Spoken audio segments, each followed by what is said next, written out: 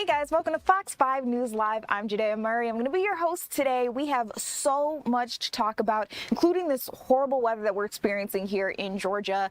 We are keeping our eyes as our team cross coverage is going to bring you more insight on what you can expect as this day continues. We are not only tracking flooding, but it turns out that we're also tracking some tornadoes as well, possibly. You're taking a look live out there now on I-75. Like I said, our team is chasing these storms, trying to figure out what you need to know and keep you safe as you continue this day ahead. But first, I want to take a look at our weather forecast with our meteorologist. This is Paul Milliken. You know him, you love him from Good Day Atlanta. Paul, this is you and I's first time really working together. It's so good to see you. It's great to see you too. Kind of a funny day for them to bring you in. I know. Are busy. Well, it never fails, Judea. If there's bad weather, Paul Milliken will be called in and he'll be tracking it. And right now we don't have any active severe weather, but the potential is certainly there, and that's what we need to talk about today. So we're starting with a live look here at the airport. It certainly was very damp in the overnight hours. As you know, we had periods of rain, and that will continue. What's happening right now is a cold front is about to cross the region. As it does so, it is the focal point of a colliding of air masses. We have really warm, really moist air in place. You know that. It's been so warm out there.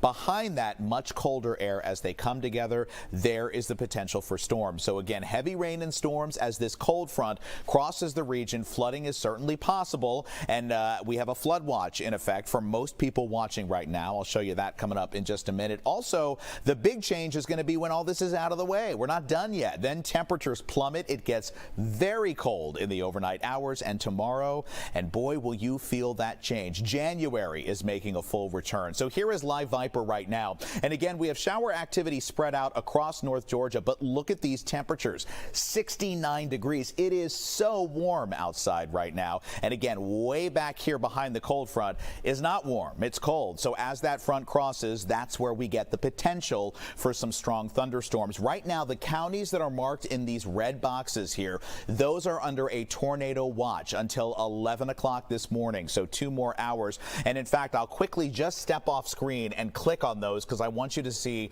the county names here. So we're going to start up here with Chattooga County under a tornado watch, also Floyd County, also Polk County, Haralson County, Carroll, and down to Heard. And over the state line, if any of you are watching in Alabama, Randolph County and Cleburne County are also under this right now. So what does a tornado watch mean? Simple. It just means the conditions are there. They are right that we could see a quick spin up tornado. That's what we're watching. Otherwise, just some pockets of heavy rain right now. You see our lightning counter says 81. That's essentially over the state line. So we still have thunderstorms back in Alabama that will migrate across the state line, and then we'll be tracking thunderstorms here. At the moment, though, no active severe weather warning. So that is good news. Here is the cold front. It is just starting to cross into the region, and until this front is all the way through, we are not out of the woods. So we still have a little ways to go here, a couple of hours. And as I mentioned before, with these waves of rain, there's a big concern about flooding.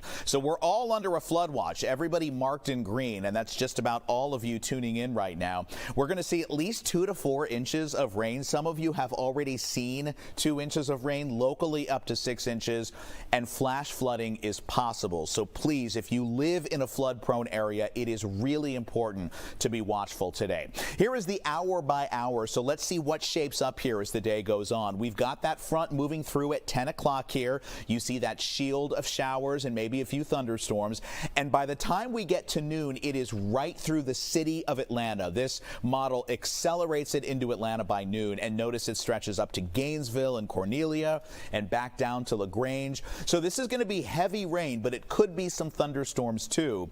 And then once we get afternoon, it pushes off to the south and east. This is 2 o'clock in the afternoon, and now it's moving out of metro Atlanta, and by the later afternoon, it is out of the way. There still could be some lingering showers, so don't be surprised if this evening you've got a quick rain shower, but the threat of storms and certainly the really heavy rain will be out of the way. Then what happens overnight? Watch this. Temperatures just keep dropping from 50s to 40s down to the 30s. So when you wake up tomorrow morning, it's going to be breezy, it's going to be cold, but it will be dry. So that's the good news. Here is the extended forecast. And again, we go from 69 today, and we may even exceed that. We may hit 70 today, down to 48 for your Sunday, 49 on Monday. And look at those overnight lows. 41 when you wake up tomorrow morning, 28 degrees when you wake up on Monday. It's like January comes back with a vengeance, and we'll hang around. We'll get a bit more mild, though, on Tuesday and Wednesday. So, Judea, again, the big things to think about right now. We've got that tornado watch for the westernmost counties. That's 2 more hours, so we'll be watching that. And then the flood watch for everybody else. So if folks live in a flood-prone area, know that there are going to be waves of rain. At times, it's going to be heavy rain. Really important to keep an eye on your surroundings and on this forecast. Paul, thank you so much for walking us through this. Yeah. I mean, we get the notifications to our phone, at least if you have the Fox Local app and the Storm Team app. Yeah. But this helps us make sense of all those numbers and whatnot that we are seeing. So I appreciate it. Yeah, good. And I do know that the rain and, the potential for flooding is our real story here. But I'm looking at this jump between today and tomorrow. The temperatures, like what happens? We have been so unusually warm the past few days. It's been like springtime, right? I mean, I took a walk yesterday. I was like, this is amazing. Not going to be the case for much longer. I mean, Monday morning when folks wake up and it's in the 20s, shock to the system, right? Absolutely. I'm thinking about the fact that, I've been playing around with my thermostat. Some days I have it on, some days I have it off. Guess what? You're going to keep playing around with it because it's that Georgia gracious. swing, right? I don't want to see my Georgia power bill when when it comes around this time. Don't say it. All right, Paul, thank you so much. We will be checking in with you a little later on. Yep. I'm looking at it. We are streaming right now on TikTok as well as YouTube. We have so many people joining our chat. You guys are asking more questions. Do want to let you know that this is a really interactive type of hit that we're doing here. So if you have questions about any stories, we are going to talk a lot about this weather because we are tracking the potential for tornadoes and flooding all across Georgia. If you have any question about anything, ask it right there in the chat, and then I'm able to address it for you guys in real time with our reporters. And speaking of which, we do have our photojournalist Eli Jordan on standby. The team is out there on I-75. We are tracking these storms. I wanted someone to get out there on the grounds for you guys. Eli, I think you can hear me.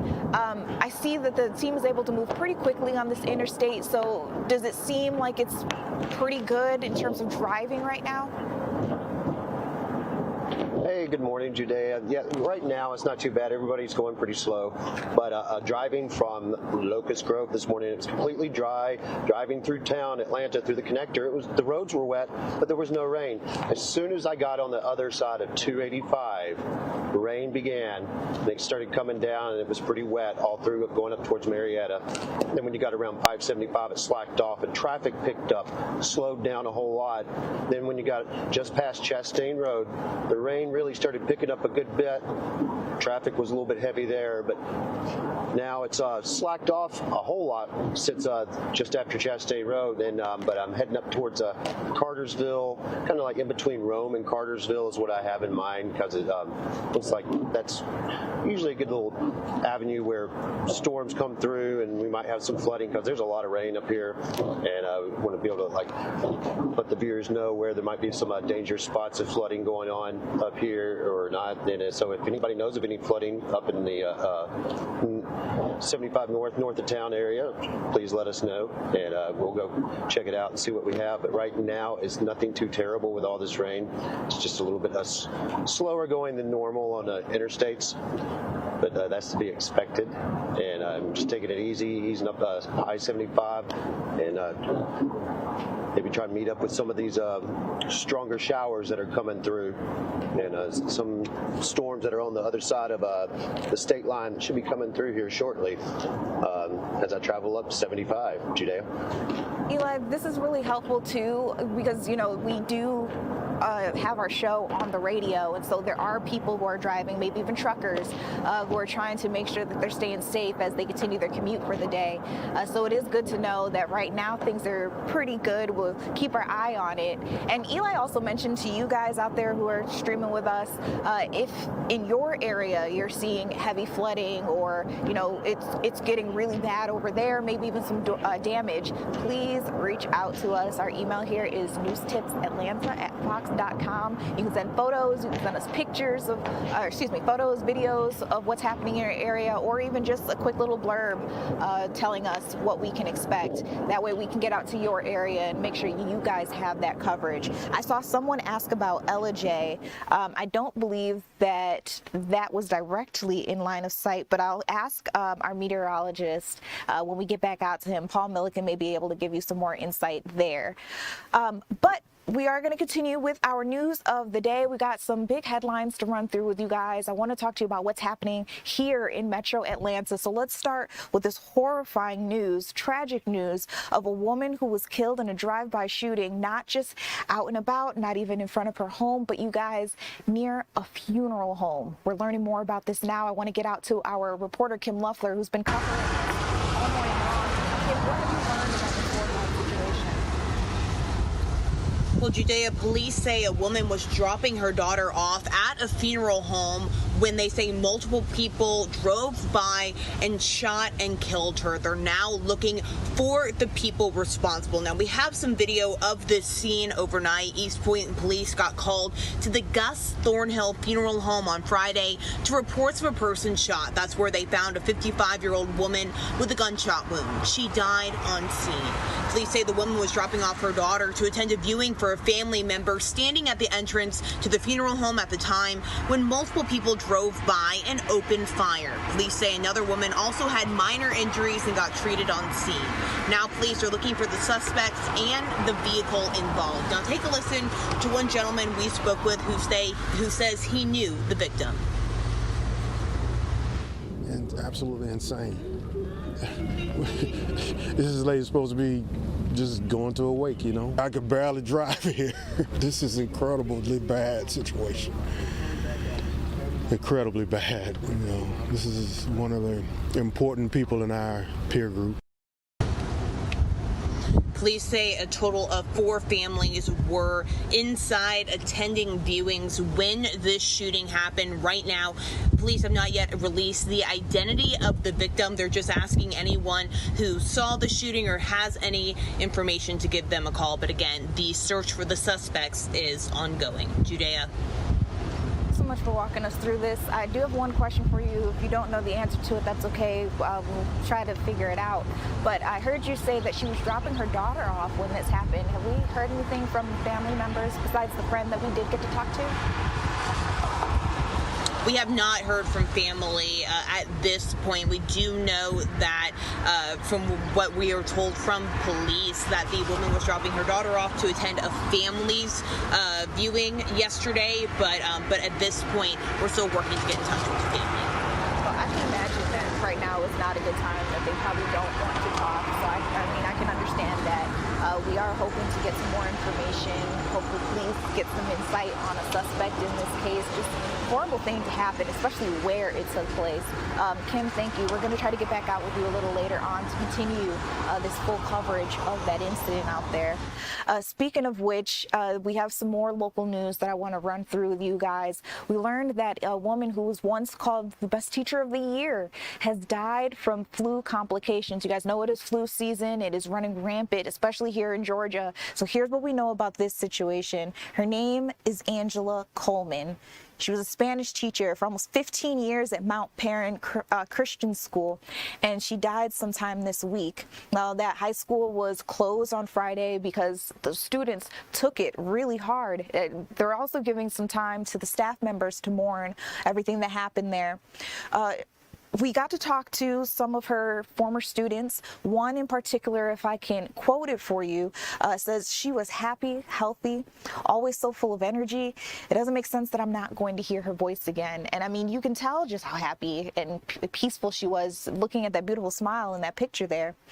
Now, again, she did pass away from some flu complications. We know that here in Georgia, we are experiencing some of the highest levels of the flu as it pertains around the country. We'll get into those numbers in just a second. But remember I said that at one point in time she was named the Teacher of the Year? And that was back in 2023. She was voted as Cobb County's best teacher of the school year. And that's because of the impact that she's had on her students, her colleagues, her community, her family. Everyone around her had nothing but great things to say about her as we were doing some of these interviews to just learn more about her. And I'd like to bring you these kind of stories, not to tell you when you need to go get a vaccine or anything like that. Making that decision is completely yours. I just want to not only give you the numbers when it comes to the flu, but also put some faces to what can happen when it takes the worst turn possible. And speaking of it, we know that we're dealing now with something called the super flu. It's this new strain of flu. I want to talk to you guys about when you should call 911 and also, those symptoms so you know if you are experiencing it. I told you Georgia is part of the extremely high flu activity level community as it pertains to the rest of the country, and it's being fueled by something called the super flu. It is a variant of influenza. There have been a 60% increase in 911 calls just in DeKalb County alone here in Georgia. And I can only imagine what it is for the rest of the state, let alone the country. We know that when you call 911 for something like this, it can put a severe strain on emergency resources, because you can imagine while you're calling about the flu, maybe to get an ambulance, and I'm not downplaying it, because in some instances we've been hearing about people being paralyzed and whatnot from some of the symptoms they're experiencing from getting so sick. But while you are calling for something like that, there could be a car crash or something else that they're getting pulled away from. So I want you to keep that in mind. Now, here's the time when you should definitely call. You shouldn't feel any qualms about calling. We're seeing that they want people to call when you are experiencing a severe interaction with what's happening, or severe symptoms with the flu, like chest pains, sudden dizziness, confusion, severe weakness, severe or prolonged vomiting. These are the times where they're saying it is much more severe and that you should go ahead and give them a call. And I'd also want to talk to you about some of the symptoms that we are seeing. I talked to you about some of those cases where we're hearing about people being paralyzed, and those are in special circumstances, but it's your run-of-the-mill, your cough, your sneeze. Again, you can experience at some points in times just a little dizziness, but this is all part of the quote-unquote super flu. Doctors are still telling people that they want them to go in and get their flu shot to protect them against some more severe complications. Getting a flu shot is not going to stop you from getting the flu. It's just hoping that if you do end up getting sick, that it is not a life-threatening illness. So we're going to keep talking to you guys about the flu and other instances happening around the state. But here's another thing you could say is kind of plaguing our community. There's a new report that's showing that thousands of families are actually staying in extended stay hotels. And this study also finds that they're not just staying here. In some instances, they feel like they're stuck.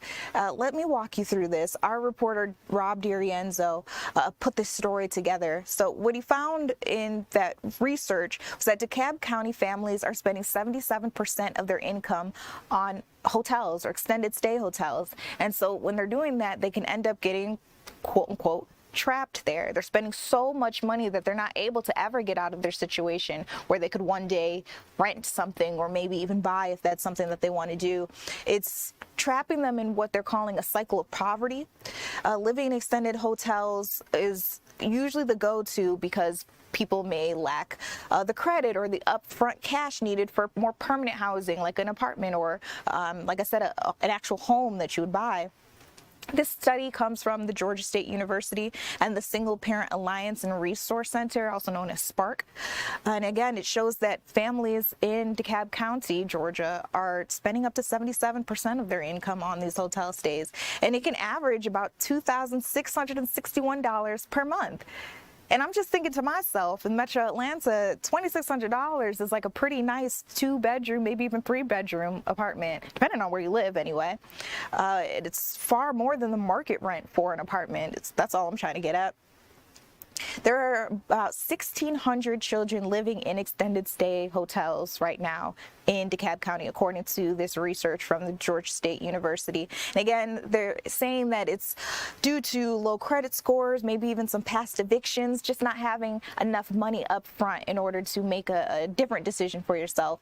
But in spending, it's so mind-boggling, because in spending so much money, you're actually keeping yourself in a cycle of poverty. So I guess the question now is, how do you break that? That is, now that this research is done, something that our leaders are going to have to determine and try to figure out how they can continue to help some of our people who live here. But that was a big headline when I saw it. My mouth dropped, and I just wanted to go ahead and share with you guys too. We're hearing that an employee from a sheriff's office has been arrested on some child molestation charges. You're looking at the person there. His name is Riley Willis. He was a former probationary officer from the Gwinnett County Sheriff's Office, and he was arrested just Thursday on multiple felony child-related charges. So Willis obviously is no longer employed by the agency. They wanted to make that clear for us following an investigation by the Special Victims Unit. We know that Riley is facing 2 counts of child molestation, 2 counts of enticing a child for indecent purposes, all of which, by the way, you guys, are felonies. And these arrests stem from an investigation that, again, was conducted by the Gwinnett County Police Department's Special Victims Unit. They say that all entry-level sworn and non-sworn employees are supposed to complete a 2-year probationary period before they're ever granted permanent status. Willis, who you're looking at on your screen there, was still within that probationary window at the time of this alleged incident that involved a minor. The Gwinnett County Sheriff's Office wanted to release a statement, so I'll read it in part to you. It says, the Gwinnett County Sheriff's Office holds its employees the highest standards of professionalism and accountability. Now, this investigation is active and ongoing. I don't have any other further details to share with you all, but if you recognize him, or maybe you have your own story to tell, the Sheriff's Office is hoping that you'll give them a call. They want you to submit a tip by calling 770-619-6655, or you can visit GwinnettCountySheriff.org. All right, and last but not least, I want to talk to you about this Georgia man who is facing a life sentence for allegedly assaulting a 6-year-old. So we're continuing these stories of adults facing charges for crimes against children. This man is from Hiram. You're seeing him there on your screen. He's Javier Emmanuel Sable. He's facing up to life in prison after being convicted for the sexual assault of a 6-year-old child. We know that Javier is 42 years old. He's been convicted on charges of aggravated child molestation and regular child molestation. There was a verdict issued after a 4-day trial. Jurors deliberated for a whole day, but they did turn back with that guilty verdict on both accounts. This investigation, you guys, began August 2024 after that 6-year-old reported their abuse to a guardian. And I just want to pause there. You know, good on that child for being able to communicate what was happening, not being afraid, being able to stand up and say something, and also good on the guardian for taking it seriously, because we see so many times that that doesn't happen.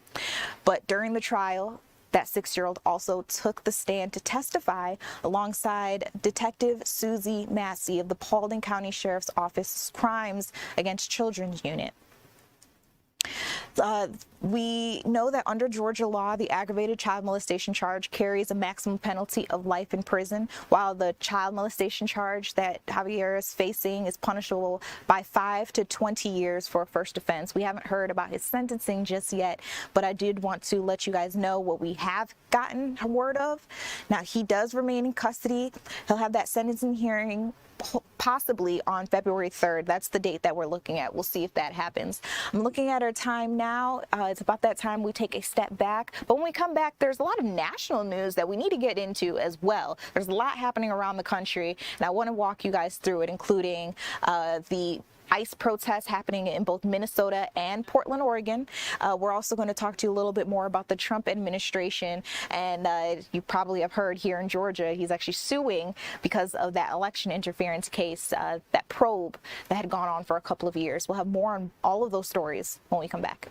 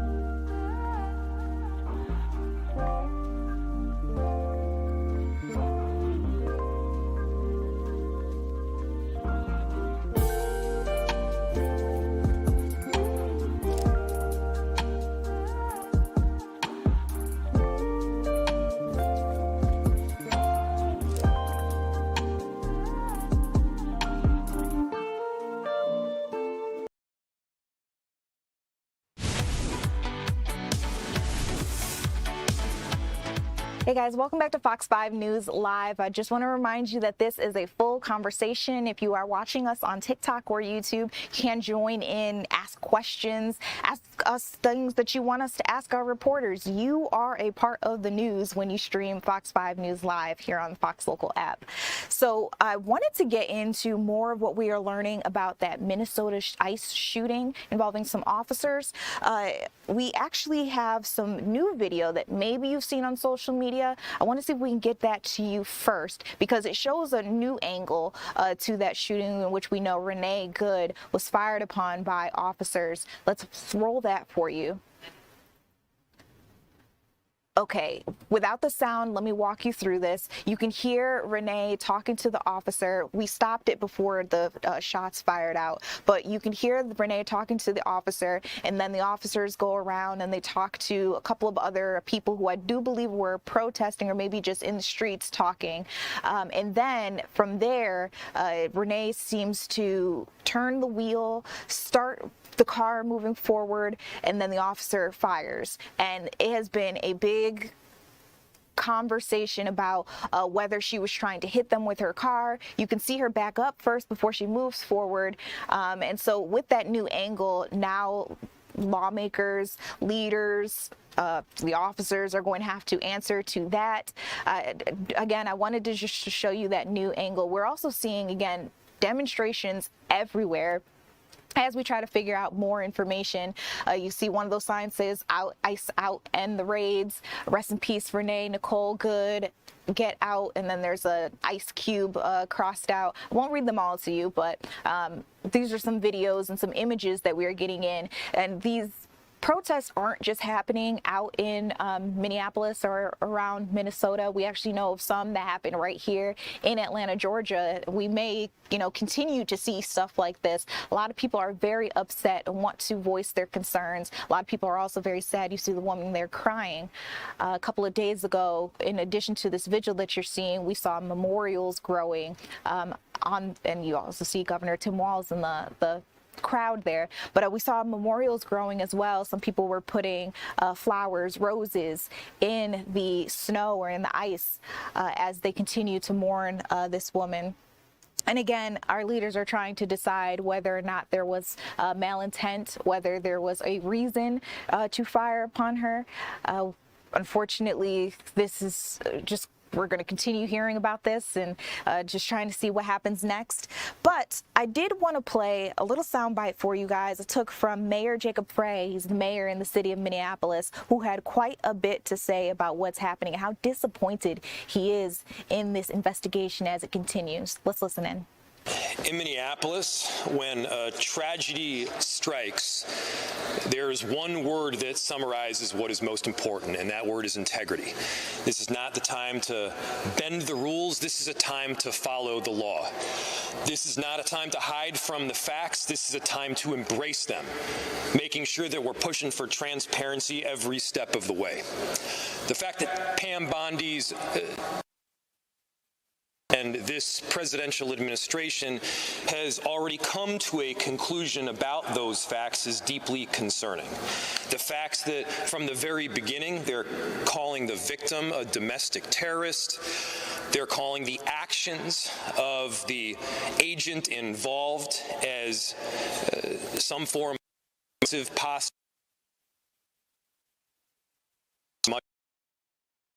Okay, we're having some issues there with that soundbite. Hopefully we can get them fixed before we play it again for you guys another point in time. If we can't, we have plenty of other press conferences to share with you guys.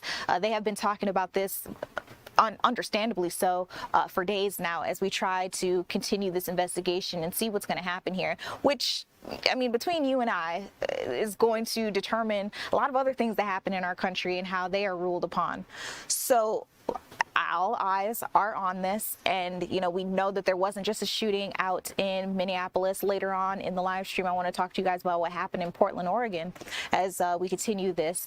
But remember, weather here in Georgia is our #1 story for today. So when we come back, I want to get back out to our meteorologist, Paul Milliken, for the day. He's been walking us through these flood watches. We also know that there is potential for tornadoes in our area. So we're going to have more on that when we come back.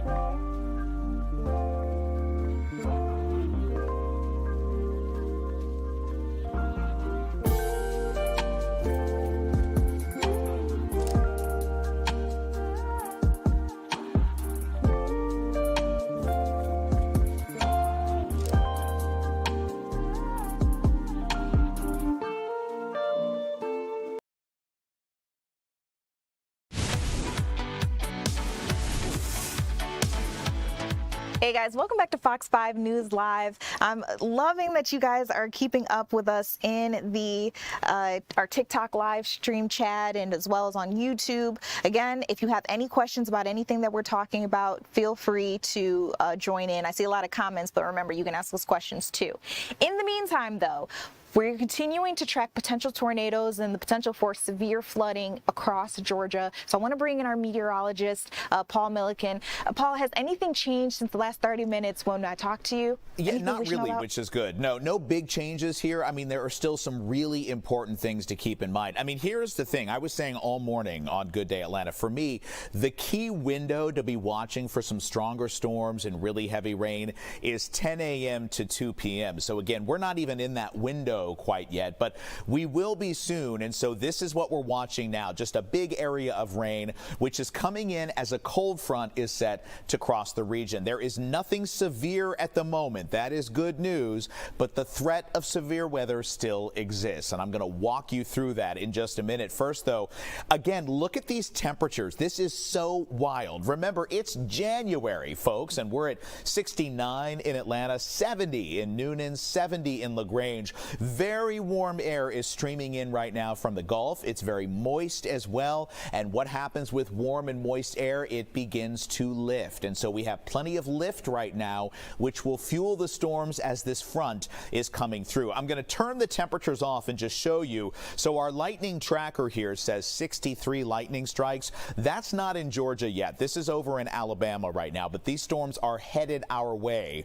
So we don't have any active thunderstorms right now, at least not being detected on radar, but we will soon. We do have pockets of very heavy rain, though, right over I-75 right here south of Calhoun. Looks like decent rain also over by Rome. We have a good area of rain as well. And by the way, the red that you saw there, I'll show you again in just a minute. That's the tornado watch for our western counties. But here's what's happening. So this is a cold front. It is just beginning to cross the region. Until it's all the way through, we are not out of the woods for rain. So we're going to continue to see waves of rain. At times it'll be heavy, and the potential for storms to be embedded within that line for rain. Now, I have had some folks on Facebook that have asked me, hey, what about this county? What about that county? And my answer is kind of the same. I mean, the further west you live, west of Atlanta, the stronger the storms will likely be. As it moves east of Atlanta, it's going to lose some of its punch for us. And so we all could see an isolated storm, and some of them could be strong to severe,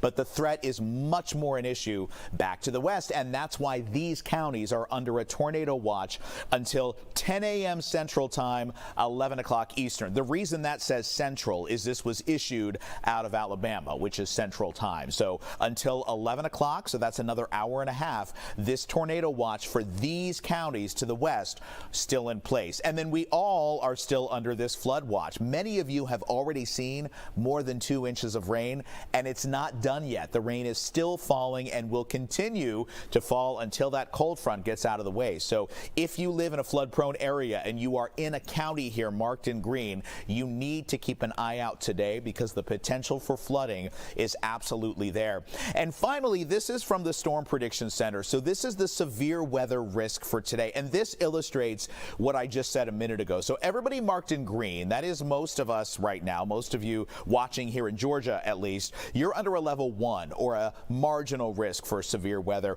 But notice the yellow area has expanded since the last time. I guess, Judea, this really is the one update I can give you, that the level 2 risk for severe weather, that's a slight risk, that's now expanded a little bit south and westward here. So Cedartown, Tallapoosa, Fairplay, Rupeville, Noonan, now under the level 2 risk for severe weather. That means as storms cross over the state line, there is the chance we'll have damaging winds up to 60 miles per hour. The chance of a tornado is certainly there.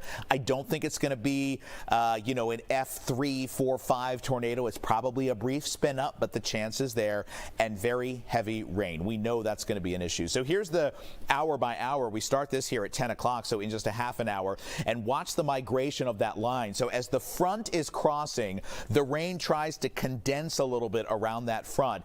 It is just making its way into the city of Atlanta, just just into the perimeter here at noon, and then it kind of makes its way over the next few hours right through Atlanta. This is 5 p.m. and notice now it's off to the east and south. I don't think it's going to be as strong by the time it gets past Atlanta, and then keeps moving through the rest of the night. We clear out. So that's the good news. There may be a few lingering showers this evening, but the severe threat and the heavy rain will be out of the way. And then look what happens. Behind this cold front, there's a reason it's called a cold front, people. It's because it's got cold air behind it. So we go from near 70 today. I mean, right now, it is so warm outside. It will not be this way in 24 hours. You're going to wake up tomorrow morning. It'll be in the low 40s, some of you in the 30s, and your high temperature on Sunday, 48 degrees. Monday, even colder because it'll be so clear. You're going to wake up Monday morning, 28 degrees, and then on Monday afternoon, we're at 49. That's it. Now, typically this time of year, we're in the mid-50s, and that's where we're going to be Tuesday and Wednesday. And your next chance for rain is likely Wednesday night into Thursday. For now, though, that's only about a 30% chance. Don't worry about that. Let's get through today first. So, Judea, I want viewers out there over the next couple of hours. Keep an eye on that Fox 5 Storm Team app for sure. And just know that as these waves of rain come through, flooding is certainly a possibility. And again, if there is a storm in your area, there's a chance it could hit severe criteria, and we'll update you as that happens throughout the day. Sounds good to me, Paul. And remember, you guys, if you do see something in your area and you can shoot it from a safe space, we would love if you shared that with us here at Fox 5 Atlanta. That'll help our coverage as well to keep other people safe as well. So, Paul, thank you. And I saw during Paul's forecast, he had that level 2 coming toward Cartersville, which is actually where we find our photojournalist Eli Jordan, who has gone over to the side of the road. Eli, you were telling me that this is Highway 113, the exit near Cartersville. So I wanted to check in with you. It looks really dark and kind of foggy out there. For those of you guys who aren't watching but are just listening in, it's kind of nasty. How was it getting over there, and then what are you seeing now, Eli? Hey, good morning, Judea. Yeah, it was nasty getting up here for a bit, especially after you got past 575 coming up north, up 75. But I am at Cartersville exit, the Highway 113 exit, going away from me. I'm pointing toward I-75 north, and the cars coming toward us are heading south from their own I-75 south. But you can see up here, this vantage point, that visibility is limited a little bit due to rain and water kicking up on the interstate. Water is standing on the interstate, so I would advise people, if you're going to be out here, even if it's not pouring down rain, be cognizant of the fact that there's puddles of water on the interstate, especially on the inside lanes and outside lanes. That's where they normally build up, and if you hit one of those going pretty fast, it can throw your car around, and you can hydroplane and cause a wreck. So be careful out there with these high standing water, puddles of water on the interstate. We'll be seeing a lot of that because there's a lot of rain heading this way. We got a nice little mass of heavier showers that is parked over in Rome, as Paul Milliken mentioned, and that is heading this way. And so you can see the visibility. It's pretty dark out here. You can see the clouds going over the mountain there, and fog and stuff is pretty low, and so it's going to start getting a little bit more treacherous. We haven't had too many showers yet, but it is getting darker as this heavier mass of storms comes moving in over from Rome into the Cartersville area, and it looks like it's just to the north and west of Cartersville right now as this front tries to push on over to the east. But we should be seeing some strong storms through here in the northwest Georgia area, typically, as we always do. They're the ones that get it first, and we have some mountains and stuff over here, so there's going to be a lot of runoff, a lot of heavy rain. So if you're in a flood-prone area, be careful, watch out. Maybe go ahead and move to higher ground, move your vehicles, do what you got to do, because we got some heavy rains heading our way, and it looks like it's going to last for a little bit. Judea? Eli, thank you so much. I just want to let you know the people in the comments are absolutely loving you being out here, just so you know. We've got a lot of comments about the weather. Tara says it's so bipolar here in Georgia, which, I mean, she was probably looking at the 7-day where it's raining, it's possible lightning in the forecast, maybe even a tornado today, and then tomorrow and the rest of the week until we get closer to the weekend, it's sunny. And then someone also said, said it snowed last year this month on the 22nd. Is it snowing this year? I don't believe we are seeing snow in our forecast just yet, but we're only looking at a 7-day. We're not looking any further than that. I've learned that from our meteorologist. But just out of curiosity, where are you watching from? I'd love to know what area you were in. And then another person, North Georgia mountains are crazy foggy this morning, so they're kind of seeing what you guys are talking about. Last but not least, we just got this one in. Mark's Reader 420 says, I hydroplaned last night on the highway. It was scary. Yes, Eli was telling you about that standing water, guys. Please be careful. You never know what can happen. Just drive a little slower when it gets that kind of dark and wet on the streets, because you never know. You just never know. Rather be safe than sorry. All right, weather is a big story, but we do have some other headlines I want to get you through, starting with a beloved teacher we know about who has now died from some flu complications. Now, we all know that influenza, flu, can hit you like a pile of bricks, and if you're not ready for it, for a lot of people, if you're not vaccinated, it can take a turn for the worst. This woman was Angela Coleman. She was a Spanish teacher at Mount Perrin Christian School for just about 15 years, and we just learned that this week she passed away. Now, that high school has been closed. It was closed on Friday in order to give their students and the staff time to mourn her loss. We also know that there's going to be a Mass and a Celebration of Life service expected to be held on January 24th. This will all take place at St. Joseph's Catholic Church in Marrietta at 10 a.m. But that news of her death has traveled so quickly. A lot of people knew her, loved her. One of her former students and now friend, quote, and if I can quote him, said, she was happy, healthy, always so full of energy. It doesn't make sense that I'm not going to hear her voice again. Obviously, her death has taken a big toll on her friends, her colleagues, her current and her former students. Because again, 15 years, you can imagine so many people, siblings, maybe even parents and whatnot, know her very, very well. They say she led mission trips to Peru. One of her students who had gone on one of those trips ended up, you're seeing him actually there in the pictures with her, became her friend afterward. They spent a lot of time together, and he's just extremely hurt by the situation. And her school described her, saying that she was a true gift to the school community. She poured her heart into her students and served with humility and joy.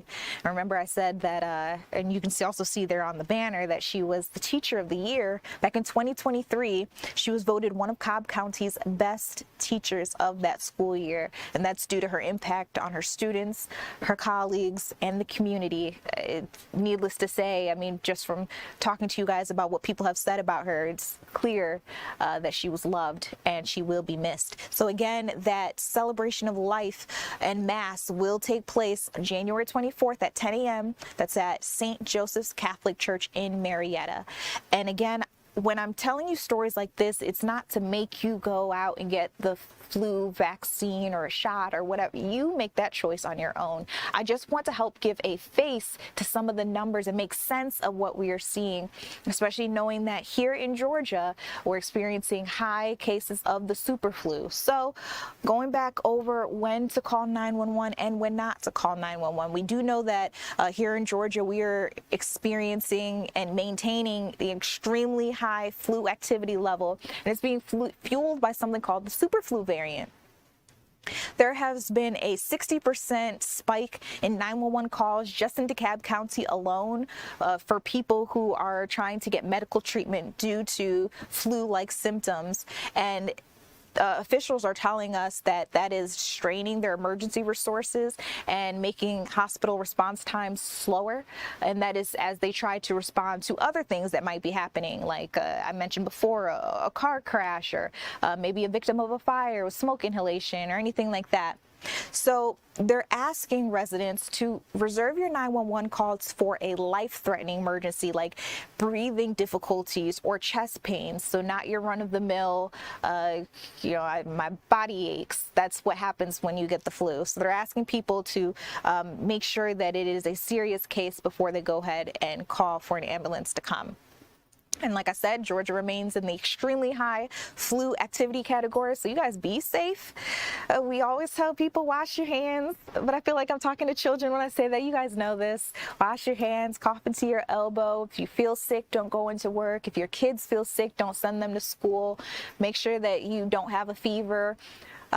These are all the things that we are looking at. But again, there's that sharp spike in flu-related 911 calls, and officials are just asking, can you please make sure that it is a serious call before you ask for their help? There's a new report out saying that a lot of families are living in extended stay hotels, and I wanted to go back over this one because I saw you guys weighing in the comment section. I'll get into what you said in just a second, but let me tell you about this new study. Georgia State University found that there are 1,600 children living in extended stays in DeKalb County. That is just one small part of big Georgia State, so I can only imagine what it's like in the rest of our state, or even what it's like across the country. But in addition to 1,600 children living there, they're also finding that 77% of DeKalb County families are spending 77% of their income on staying in these extended stay hotels. And that's because on average, these stays can cost them about $2,661 per month. And so think about that. I said before that $2,600 is like a pretty nice 2-bedroom, maybe even 3-bedroom apartment, depending on where you live. And this is what people are spending to be in a hotel. I saw you guys in the comment section saying that you know this to be true. At Max, you're seeing that they're charging about $600 a week in order to stay there. But what can happen is once you're already dishing out this big, large amount of money, you don't have any cash on hand for you to find a more permanent settlement. And so then you end up having to stay in a hotel and stay in this cycle, and also stay in the cycle of poverty, not having enough for your other life expenses. So they're seeing that it's a much bigger issue than what maybe we all would think. That Georgia State University research also found that more than 2,000 families are living paycheck to paycheck in DeKalb County. I've said to you guys before on the stream that if we're all being honest, we're all probably one life-altering incident away from being homeless ourselves. A lot of people don't have significant savings at this point in time, let alone a 401k or investments in the stocks or crypto or anything like that. So, yeah, people are living paycheck to paycheck. And so when studies like these are done, it can go in to help aid lawmakers and those decision makers and how we're going to spend money, how we're going to help people. So I wanted to make sure you guys knew about this. We got all of this information due to some reporting from our reporter, Rob Dirienza. So I thank him for putting this together. And we're going to continue talking about this as the stream goes on, because like I said, I saw that you guys were really interested in this.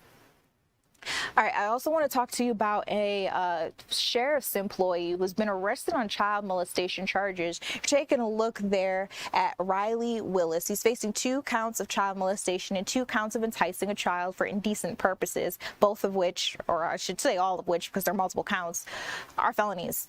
And the arrests stem from an investigation that was conducted by the Gwinnett County Police Department Special Victims Unit.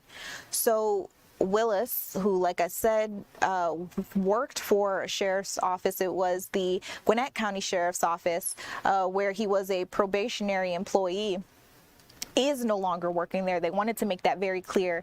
They confirmed for us on Friday that he was no longer an employee. They also say that all entry-level sworn and non-sworn employees are supposed to complete a 2-year probationary period before they're ever granted permanent status. And so, of course, Willis then was within the 2 years that he was working there. And at the time, had committed this alleged incident. So the Gwinnett County Sheriff's Office let him go. He was arrested, and now he is facing those charges. This is an active and ongoing investigation. They have not given me any more details to share with you guys, but what I can tell you is the Sheriff's Office is asking if anybody recognizes him, knows anything about this situation at hand, or maybe has their own experience bad experience, of course, with him, they're hoping that you submit a tip by calling 770-619-6655, or you can visit GwinnettCountySheriff.org. With that being said, I want to come back to me in studio because there are a lot of national headlines that I didn't get through with you earlier in this hour, so we'll re-rack them. I talked to you guys about the Minneapolis shooting. I also want to talk to you about what we know about what happened in Portland, Oregon. So we'll have more on that when we come back.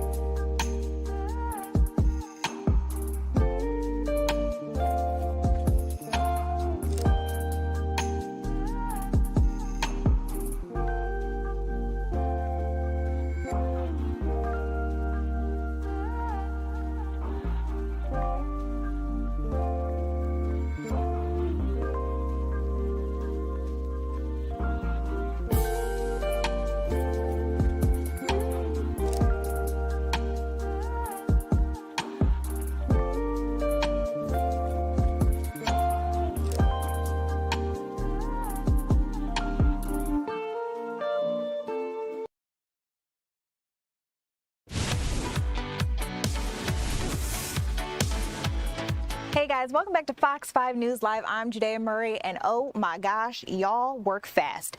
We have been tracking potential for tornadoes and flooding across Georgia, and we asked you guys if you knew of something in your area, had pictures to share with us, whatnot, please reach out to us. Well, we have heard now that out in Cherokee County, there is flooding on Union Hill Road. There's actually a sign in the middle of the road. Eventually, I'll be able to get you these visuals, but we're just getting them in. The road is closed on Union Hill Road out in Cherokee County due to flooding. This is between East Cherokee Drive and Paint Horse Drive. Again, that road is now closed due to flooding.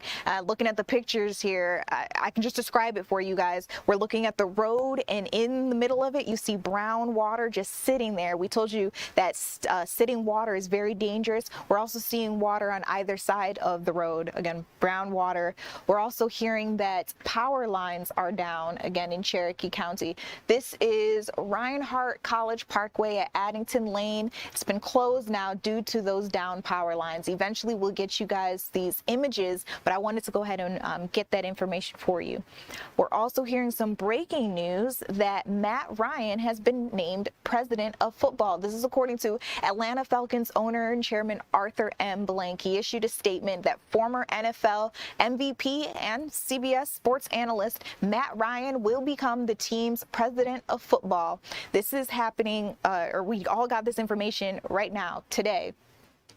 Ryan will assume his role immediately. He's going to oversee all aspects of Falcons football for the organization. He will report directly to Arthur M. Blank while collaborating with the Falcons president and CEO, Greg Beatles. Remember, we just learned that he was kind of promoted in his role there earlier this week. And Their job is to ensure the alignment of the entire business and football areas of the organization. Atlanta is also currently engaged in searching for a new head coach and general manager. Both of those hires will report to Matt Ryan. So this is huge, you guys. There has been a big shakeup in Atlanta Falcons leadership, and so this is the next step. Again, we are just hearing now that Arthur M. Blank has named former NFL MVP and CBS Sports analyst Matt Ryan the team's president of football. Are y'all surprised? Weigh in for me. When we come back, we're gonna go back over this new news that I'm hearing about, severe weather. We'll have more on that when we come back.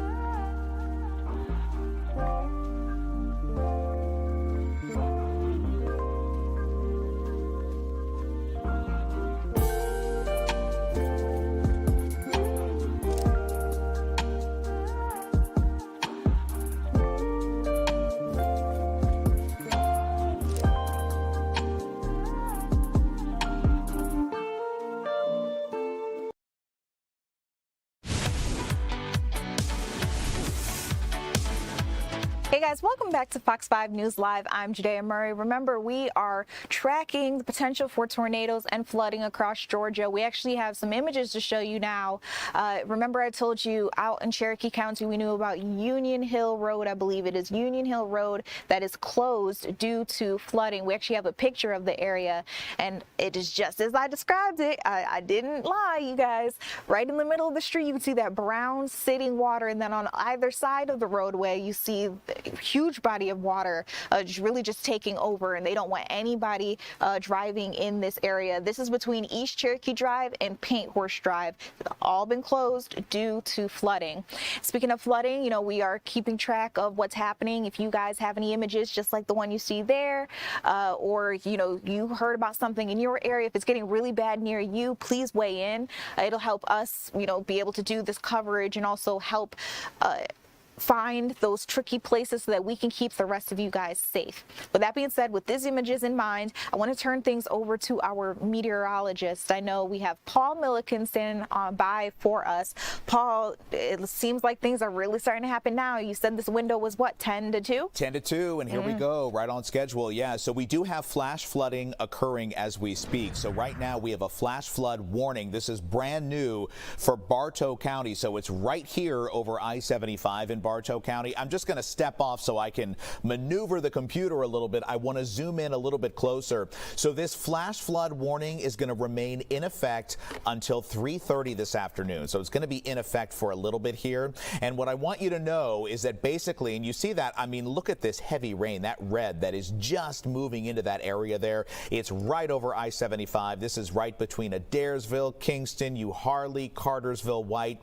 We're going to see flooding. A warning means it's all already happening and will continue to happen. And that's going to be rivers, it's going to be creeks, it's going to be urban areas, any area with poor drainage. Please know that you have got an issue right now. There will be flash flooding. It's already happening. So that is a flash flood warning that is in effect until 3:30. And speaking of rain, I just want to show you, I can flip over to our 24-hour estimated rainfall. So what this product does, this is the radar looking back over the past 24 hours and saying, how much rain do we think has already fallen?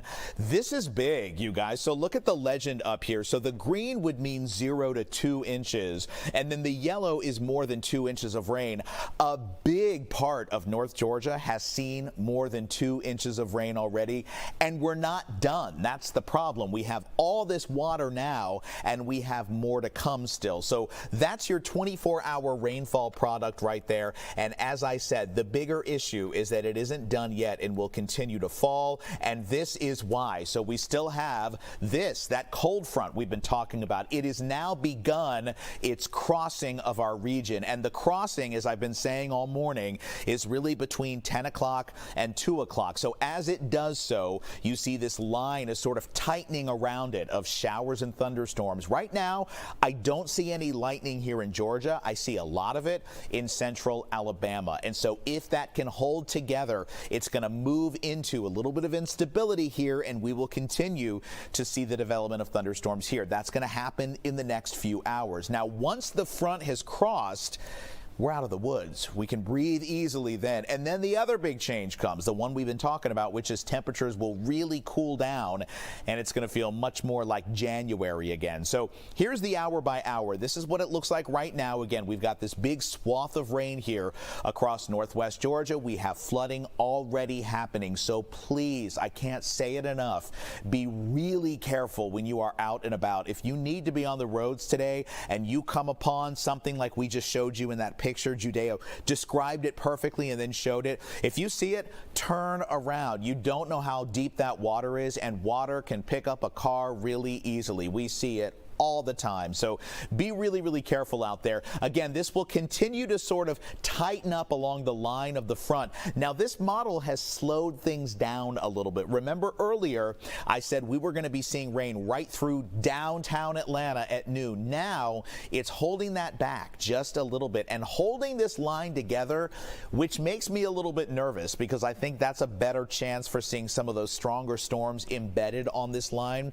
So at noon, it's just about to move into the metro area, and now this model is showing at 2 o'clock it's going to be right here through Atlanta before it continues its way off to the east. And many of you in eastern counties have written in and said, hey, are we going to see severe weather too? Now look, this activity will be moving through your area. You're going to see the rain out of it, but the stronger severe potential is going to be back to the west where there's more instability. There is low instability on the east side of Atlanta, and then once that's out of the way overnight, we clear out, and then you wake up tomorrow morning, it's going to be nice and dry, but boy is it going to be cold. Again, 41 degrees when you get up tomorrow morning, 48 for a high. That's it, a 7-degree spread there. Even colder when you wake up on Monday morning, 28 degrees. It's going to be very cold outside with a high of just 49, and then we're back to mid-50s for your Tuesday and your Wednesday. Judea, we'll say it one more time, and I know we're going to talk more about the flooding with Eli out there in the storm chaser, but you've been saying it and I'll say it too. You see water like that standing over a roadway, don't drive through it. Just don't do it. It is not worth it. And we do stories all the time of people who've made that mistake and the car is picked up or the car gets stalled out, people get trapped in the car, and this is one of those situations where that could happen because a lot of rain is coming down in areas that have already gotten a lot of rain. Amen. I couldn't have said it better myself. Paul, thank you so much. Yeah. If I could just hammer it home, though, you guys, please don't try it. I know some of you have those big trucks and you think that you'll make it, the big tires and whatnot. It's not worth it. It's just not worth it. Don't try it. So Paul was telling you guys a couple of the biggest areas that we are keeping our eyes on. Bartow County is one of them because we've gotten some new storm alerts in that area. I know our Eli Jordan is hoping to head that way with our team. You know, we are tracking and tracing these storms. Eli, I see it's gotten even worse. The windshield wipers are working overtime right now. Talk to me through what you're seeing. And it looked like that drive-through that you just passed had some standing water in it. Am I right or wrong about that? Well, actually, I'm on Cassville Road, just on the west side of Cartersville. I was heading up Highway 41, and I got off on Fire Tower Road, and I headed up, and now I'm on Cassville, and I'm still along the side of the roads. Water's starting to dip off and get on some of the surface streets here and see. And there's some water. The roads are staying in water, but they're moving off fairly well. There's a little bit of water, like nothing is flooding completely yet. We do have some water running off of the driveways on here, but I suspect as I get into some lower areas, you can see to the side there that the runoff ditches, drainage ditches, are starting to fill up. And back a while ago, I passed a school bus barn, and it looked like that it was getting ready to be inundated with some standing water, but it was still about maybe 5 feet away, but it had a big a retention pond next to it that was filling up. And I'm still going down Cassville Road, and it looks like we got some runoff here from this is runoff from dirt driveway here I'm going through, and you can see how it's going. That kind of marks how the water is flowing off, coming down, and I'm going really, I can still see the lines through there, but this is getting to where this is going to flood soon, and it's going to be where it meets, I guess.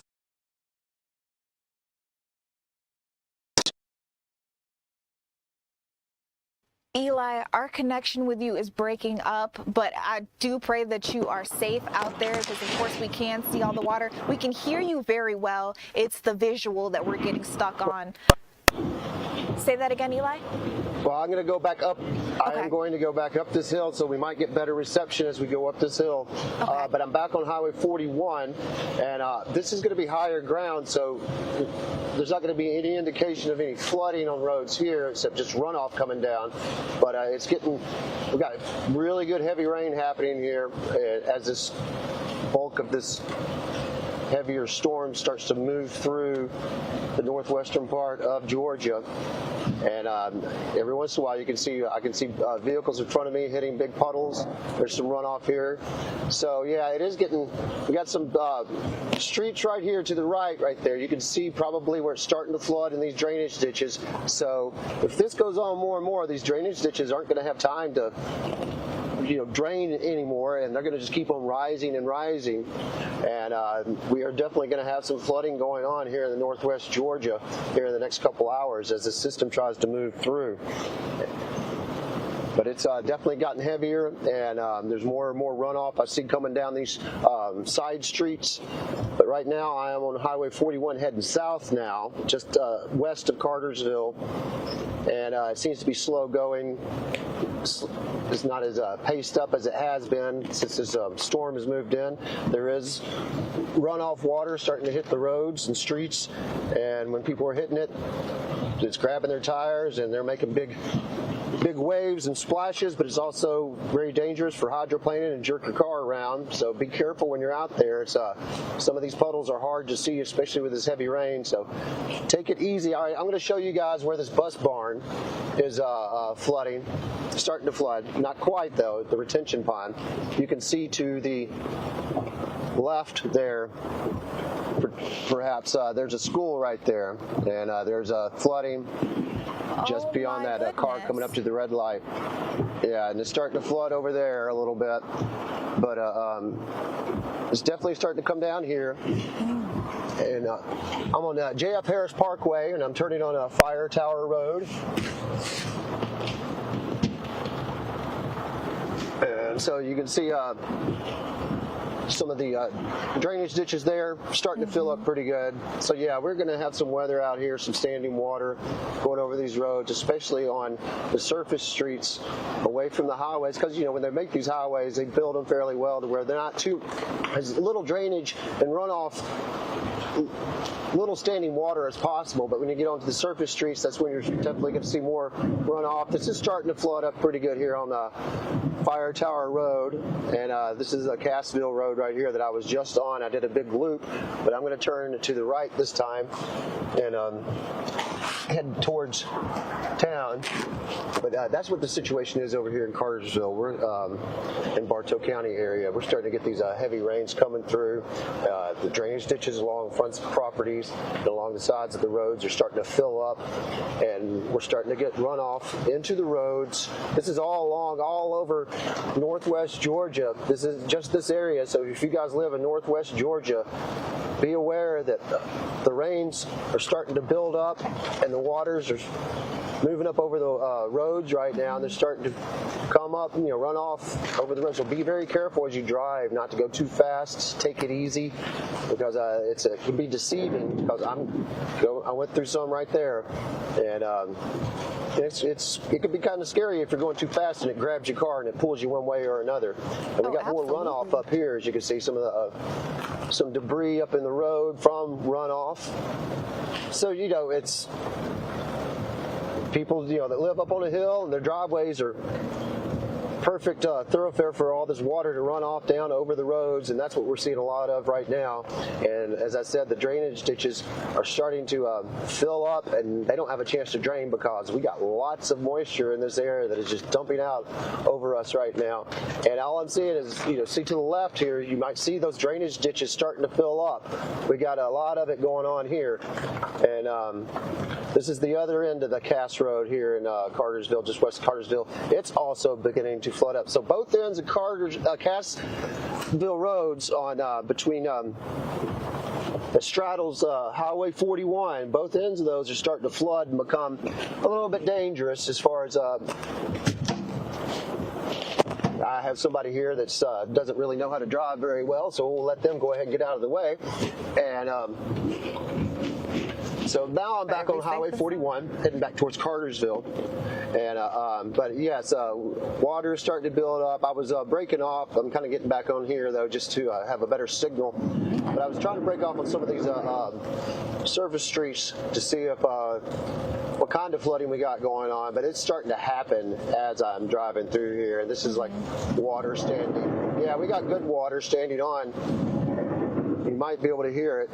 Yeah, we can. Spraying the bottom of my car as I go through it, yes. So be very, very careful if you're driving out this morning during this rain, because the standing water, it's hard to see until you hit it. And when you hit it, it can be kind of scary and dangerous. I'm going to take this exit right over here. Yeah. And Eli, remember when you took that defensive... But right now, we got the heavy rains coming through. Do you remember when you took that defensive driving course? Yeah, yes. This is when it all comes into handy. You said it yourself. You were letting that person go ahead because, they seem to be driving a little erratically. But you were driving not only for yourself, but for everybody else on the road. And I will say I appreciate seeing people slow down. I'm also seeing people put on their hazard lights, letting other people on the road know that something is coming up. Be careful. Hey, there's water over here. It has been nice to see that kind of as you've been, you and the team have been driving through. Yeah, there has some have been doing that, and then the hard part, it might not be raining so bad, but once you get, let's say, on the interstate, the roads are so wet, you get the kick up of the water to the spray from other vehicles, and that is just as bad as a downpour, and that could be a little bit hard to handle as well. But just be careful when you're out on the interstates. Give yourself plenty of room. Don't follow too close to anybody, and keep the speed down, because if you hit some standing water and you're going too fast, that can really slow you down and kind of jerk you around. Now it looks like we might have a vehicle accident up here, just by chance. I have driven up on a vehicle accident. Yes, we have a vehicle accident here. I'm not going to be too much of a rubbernecker though. It looks like it just looks like a broadside. and it doesn't look like there's too much injuries there. And I'm going to move on, but that, just people are distracted with the rains coming, heavy rains, and then generally, driving in the rain can be tough, whether you're a bad driver or a good driver, but there's you got to take into account for other people on the road as well, and their experience. So just be careful out there, and also be mindful of the standing water, but also be mindful of potential car accidents that might be around the corner that you got to slow down for.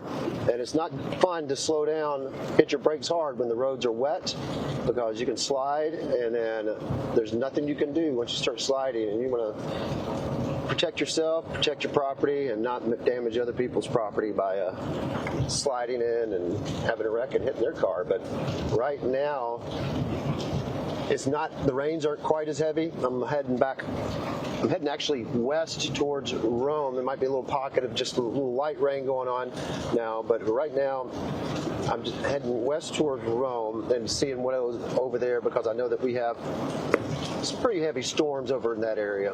And right now it's 65 degrees where I'm at. Looks like we had a good bit of these this line. It looks like this line is taking a little bit more defined look as it's passed through. It's passing through Cartersville right now, so I might just turn around and follow it. And unless we get some reports of some flooding out here towards the Rome area that I need to check out, but looks like this line is starting to pass through. It's gotten beyond Rome and starting to come towards you guys. But that the line of storms, I was looking at my radar here in the vehicle, seems to be a little bit more defined and not as chaotic in the northwest Georgia area. And you guys should be seeing a good line coming through here in the next hour or so. But I'm going to keep an eye on it, see what we can find, see if there's any damage, bad flooding, and try maybe go in that Cherokee County area too and see what that looks like. Judea?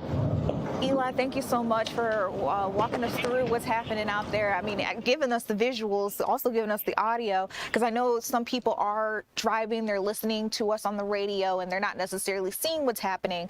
And the other thing that I wanted to point out, if y'all don't mind, I want to pray for everybody who's driving out there on the road. Be safe. As Eli mentioned, that standing water is no joke. We've all been saying it to you, even our meteorologist, Paul Milliken, that standing water is no joke. You don't always see it when you're coming up on it. And you don't just want to drive for yourself, but drive for the other people who are out there too.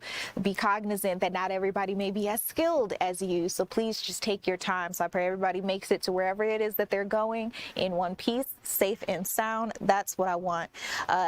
Did want to address a couple of comments though. See somebody else saying have a great day. Amen. Yes, we are all going to have a great day. And then I also see someone saying they're in Atlanta, but where they are it's just cloudy, so they're trying to figure out where we were driving. Our Eli Jordan is out in Cartersville checking out the interstates and the highways and seeing all that flooding and whatnot out that way. So that's where we are. We're also seeing in Cherokee County some power lines down. We're also seeing some flooding roads. So we'll keep an eye on it for you. Thankfully, you're in an area where things seem to not be too bad. But again, that window that we're looking at is anywhere between 10 to 2 p.m. that we might have that severe weather in some of our areas. All right, we are headed to take a step back. When we come back, though, I want to talk to you about some local news of the day. We heard that this woman, a mother, was dropping her daughter off to a funeral home where she was supposed to be attending, I believe it was either a visitation or a wake for someone. That mother was shot. She has been killed. We'll talk to you more about that drive-by and all the details we have on it when we come back.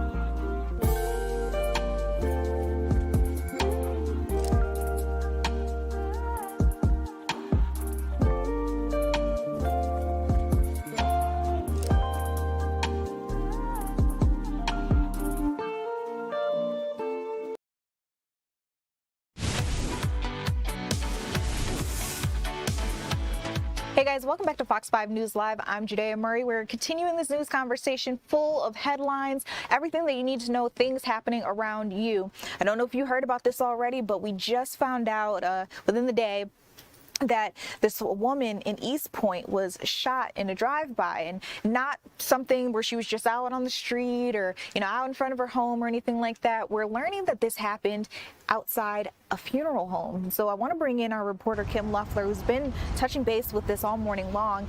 Kim, what have you learned about this situation? How could something like this happen?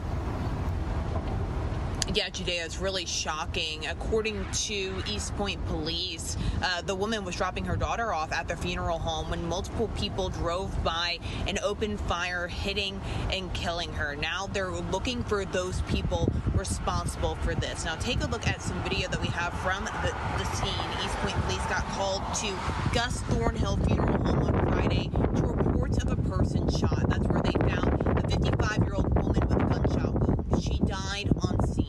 Police say the woman was dropping off her daughter to attend a viewing for a family member, standing at the entrance to the funeral home. At the time, she was just outside when they say multiple people drove by and opened fire. Police say another woman also had minor injuries and got treated on scene. Now police are looking for the suspects and the vehicle involved. We did speak with a gentleman last night who says that he knew the victim. Take a listen to a little bit of our conversation with him.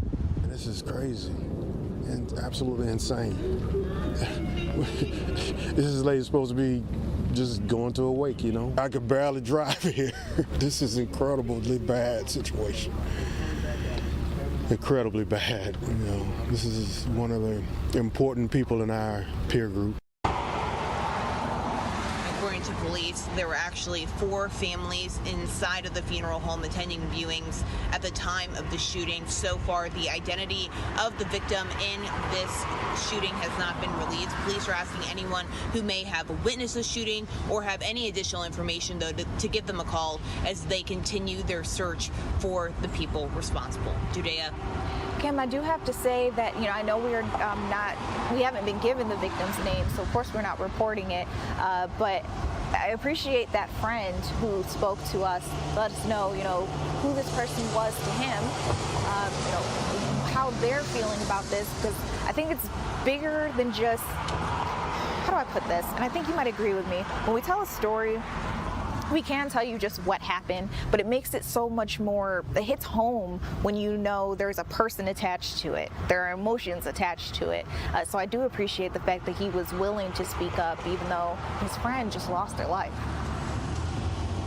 Yeah, absolutely. And you can hear the emotion in his voice as well. Certainly someone who seems to be going to be very dearly missed in that community. And of course, police say they're diligently looking for the people responsible, and they're not going to stop until they are found and arrested as well.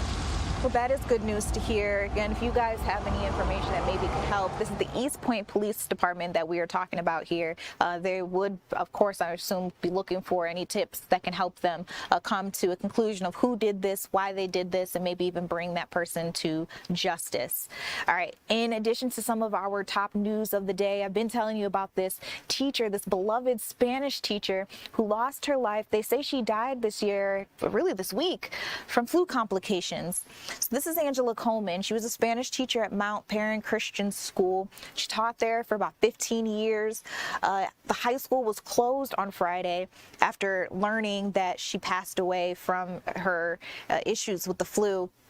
And that opportunity gave some time for students and for her colleagues to try to mourn her death and try to understand everything that's happening here. Of course, it's going to take much longer in order to come to terms with this.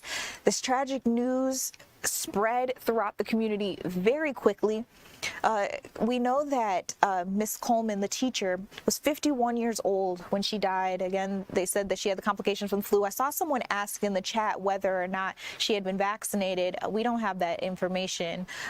Family, of course, has not shared that, and I'm not sure myself, so I can't confirm or deny that for you guys. But what I do know is everyone around her always talked about how happy, healthy she was, full of life. I mean, you can see there in that picture, that big, beautiful smile that she had on her face. A former student talked to us, that student through trips and different things that they had going on at the school through the Spanish department, eventually became one of her friends. You're actually seeing him in some of these pictures. He's the gentleman in the middle. He spoke to us about coming to terms with this news. He said that I didn't just have a teacher, I had someone who loved me, invested in me, remembered me, and was part of my life after high school. And he wasn't the only student that felt that way about her. Back in 2023, Angela, Ms. Coleman, she was voted one of Cobb County's best teachers of the year. She would take her students on different mission trips. She had one in Peru. And, you know, she just poured into everyone around her. That's what family, friends, and colleagues are telling us. Last but not least, one of her other friends said that there are just some people who come into your life who are truly irreplaceable. Angela was one of them. And I tell you stories like this, I've been saying it all morning, not to encourage you to go get vaccinated or whatever. That's your personal decision to make. I tell you stories like this to put a face to some of these numbers that we're telling you. We know that Georgia is experiencing the highest super flu activity, and it's fueled by, like I said, the super flu. It's a variant of the flu. Now, big question is, when do I call 911 if I'm experiencing flu-like symptoms? This is all coming to a head because we are hearing now that officials say 60% calls have spiked in, 60% of a spike in 911 calls happening in DeKalb County. That's here in Georgia. And that's putting a strain on emergency resources, as well as hospital response times. They're not able to help more and more people because they're getting some of these calls that might not be as serious as others.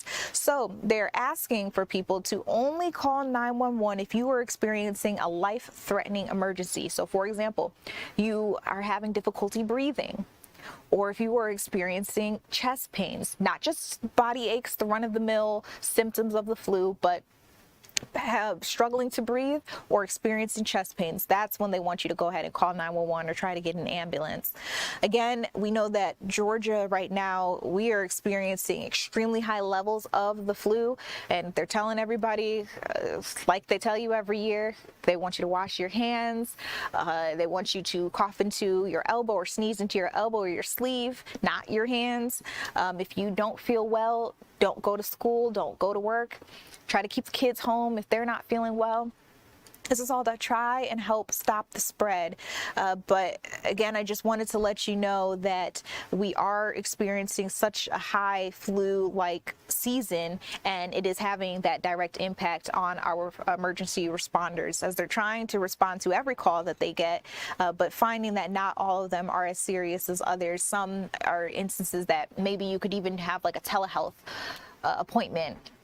You could call a tele-nurse, and maybe that could stop you from having to go to the hospital, but also stop you from having to pay that ambulance bill. So just keep that in mind. There is a new report coming from Georgia State University. I have a couple of minutes, really just 1 minute. I want to run through it real quick with you guys of what they're finding. They found that DeKalb County families here in Georgia are spending 77% of their income on hotels. And because of that, they're also seeing that they're becoming trapped in a cycle of poverty. So these hotels here in Georgia, on average, cost $2,661 per month. But the reason people are choosing to stay in a hotel rather than trying to get an apartment or trying to buy a home is because maybe they're having issues with their credit. They have a low credit score, or they don't have cash on hand in order to go ahead and pay their bills, and so they're trying to stay in these extended hotels. We also know that 1,600 children are living in extended stays right here in DeKalb County. That's just a small portion of the state of Georgia, so I can only imagine what the rest of it's looking like at this point in time. Another issue that might be keeping people from trying to get an actual apartment or try and get a home, past evictions. If you got that on your record, sometimes these landlords won't look at you or will put you through the ringer, make you pay a whole lot more in terms of like a deposit just to get in. And so, you know, people are choosing to stay at these hotels instead, but that is a lot of money coming out your pocket for not the best amenities, let's be honest. So that that research, I'm assuming, is going to, what's the word I want to use? Not respond. Guys here on hand, help me out here. Influence. That research could potentially influence our lawmakers, decision makers, people who are looking for how Georgia's money, taxpayer dollars, should be spent in helping families. So I wanted to open your eyes to this, and again, as we continue to talk about it throughout a live stream, I'll try to bring up some other points, some other things that they found in this research, the study. This is all coming from some reporting from our Rob D'Arienzo, so I just want to give them credit for combing through that data for us. All right, when we come back, remember, we are tracking severe weather throughout Georgia and making sure that you guys are staying safe. So I want to check back in with our meteorologist, Paul Milliken, and our reporter, our photojournalist on hand, Eli Jordan, and when we come back.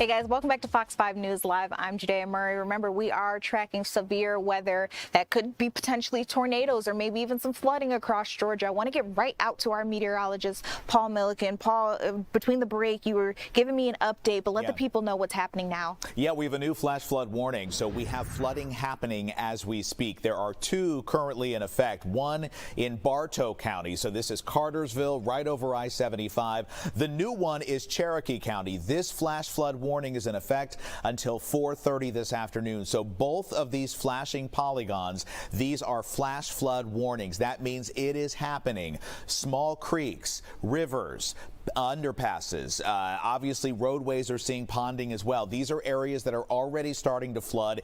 If you live in a flood prone area, you need to be really careful today, and certainly for folks who are going to be on the road. You can see why right now. Very heavy rain coming down right through Cherokee County. I mean, Canton is getting some moderate rain right now. Up north in Jasper, there's some really heavy rain coming, and also maybe even just a little bit of lightning in that area as well. So it's not just rain anymore, but now it is thunderstorms. So these are two flash flood warnings. I'm just going to step off and zoom out quickly just to show you. So we've got this big line, and here's, I think, the problem that, yeah, we've got this line crossing through, but it's not pushing due east. It's lifting north and east. So a lot of these areas that are seeing rain right now, you might look at this image and think, well, this is going to pass out of the way and then we're done.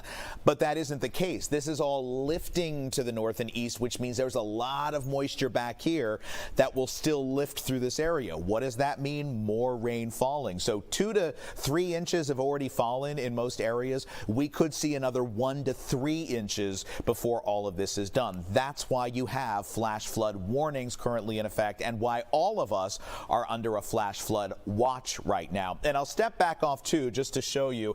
I like to pull up the 24-hour estimated rainfall. So just bear with me while I get this up. This is going to show you what the radar is estimating we've picked up over the past 24 hours. Check this out. So the green is going to be 0 to 2 inches, and then the yellow is going to be 2, kind of all the way going up to 4, 6 inches. I mean, a lot of us have gotten more than 2 inches of rain already, including those areas with the flash flood warnings in effect, and we're not done yet. Again, rain is still pushing through and lifting through. We're not going to be done with these waves of rain for a couple of hours. So this is really a situation where you need to be aware of your surroundings. And again, if you're on the roadways, I really want you to be careful.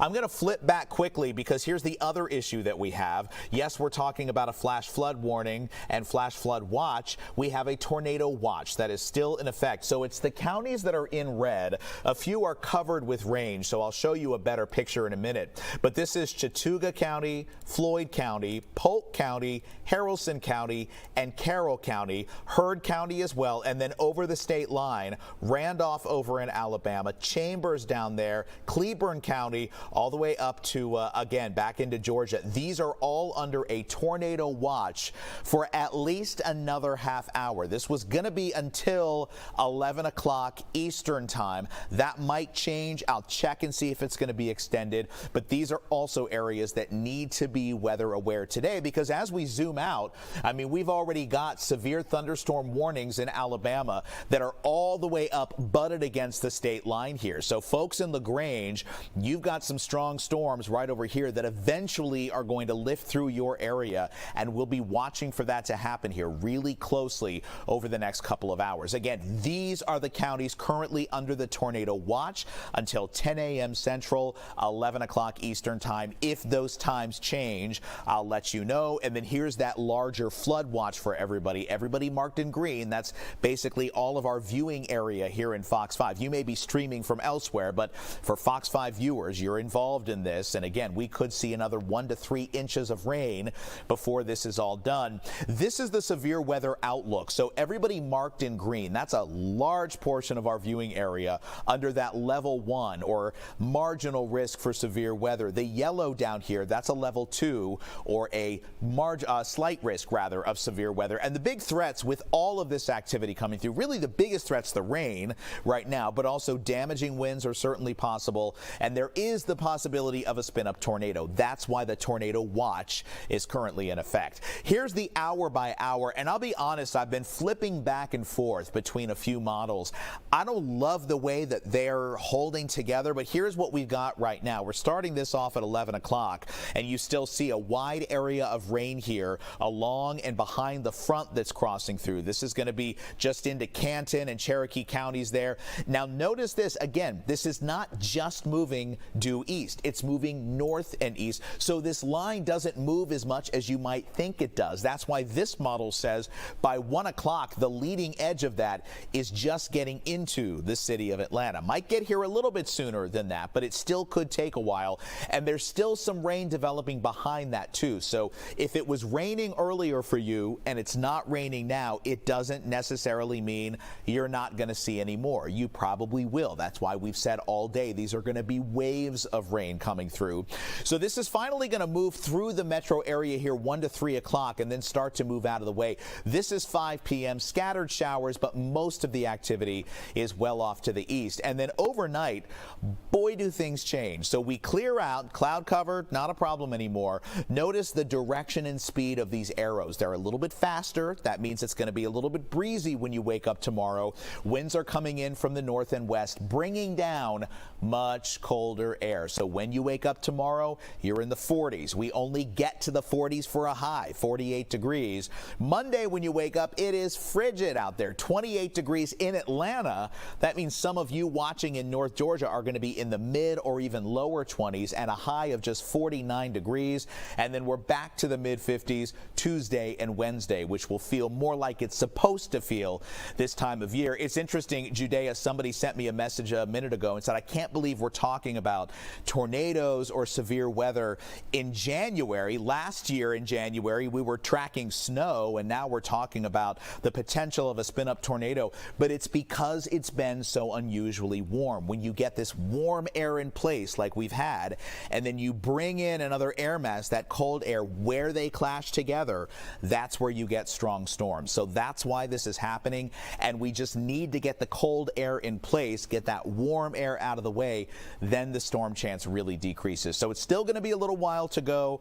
Really exercise caution when you're out and about on the roads today. It is wet out there.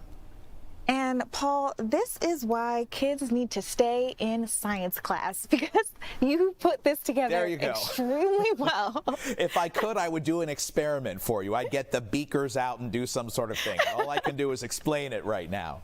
All I can do is make the tornado in a bottle. That's Yeah, just because there you go. We all did it. Yeah, yeah. All right, thank you for helping us Yep. make sense of the storm, helping us track it as well. We are also heading out, hopefully, towards Cherokee County. I want to get to our photojournalist, Eli Jordan, who's been on standby. Eli, I know you are also helping us track and trace these storms. Again, looking out at that roadway, I mean, it is 10 a.m. and it looks like 6 p.m. here in Georgia. Where are you now and where are you headed? Hey, Judea, yeah, I am on Highway 20 heading east from Cartersville, and that's what I'm doing in Cartersville, Cherokee County area, where we've had reports of flooding, where they now have a flash flood warning until 4:30 this afternoon. So I am heading east on Highway 20 towards Cherokee County from Cartersville, and when I passed the interstate still looked like it was moving fairly well. There's no backed up cars, but I'm heading this way, and there's lots of good heavy rain, and there's lots of water puddling up on the roads, so be very aware of that if you're out and about today. Watch out for puddling roads, because those could be dangerous when you hit them, and just take it easy out there. And if I find any flooding on the way over, I will make sure that I will share it with everyone. Back to you, Judea. Eli, thank you so much. I hope you stay safe out there. Like I was telling you before, we need you back here at Fox 5 Atlanta in one piece, so drive slowly. Some of the other tips she's been telling us, watch out for that sand and water, and then, of course, drive for yourself and everyone else out there out on the road. So hopefully next time we see him, hopefully he's a little closer to Cherokee. And if not, then, we'll continue tracking the storms between him and our meteorologist. Now, you guys, coming up, I've got a treat for you. Often imitated, never duplicated, yet they are looking for another one of him. If you have any interest in seeing MJ the musical, you're going to get a sneak peek and seeing maybe the person who's going to end up playing him or any of the other characters in the show. We'll see more about that and what I'm talking about when we come back.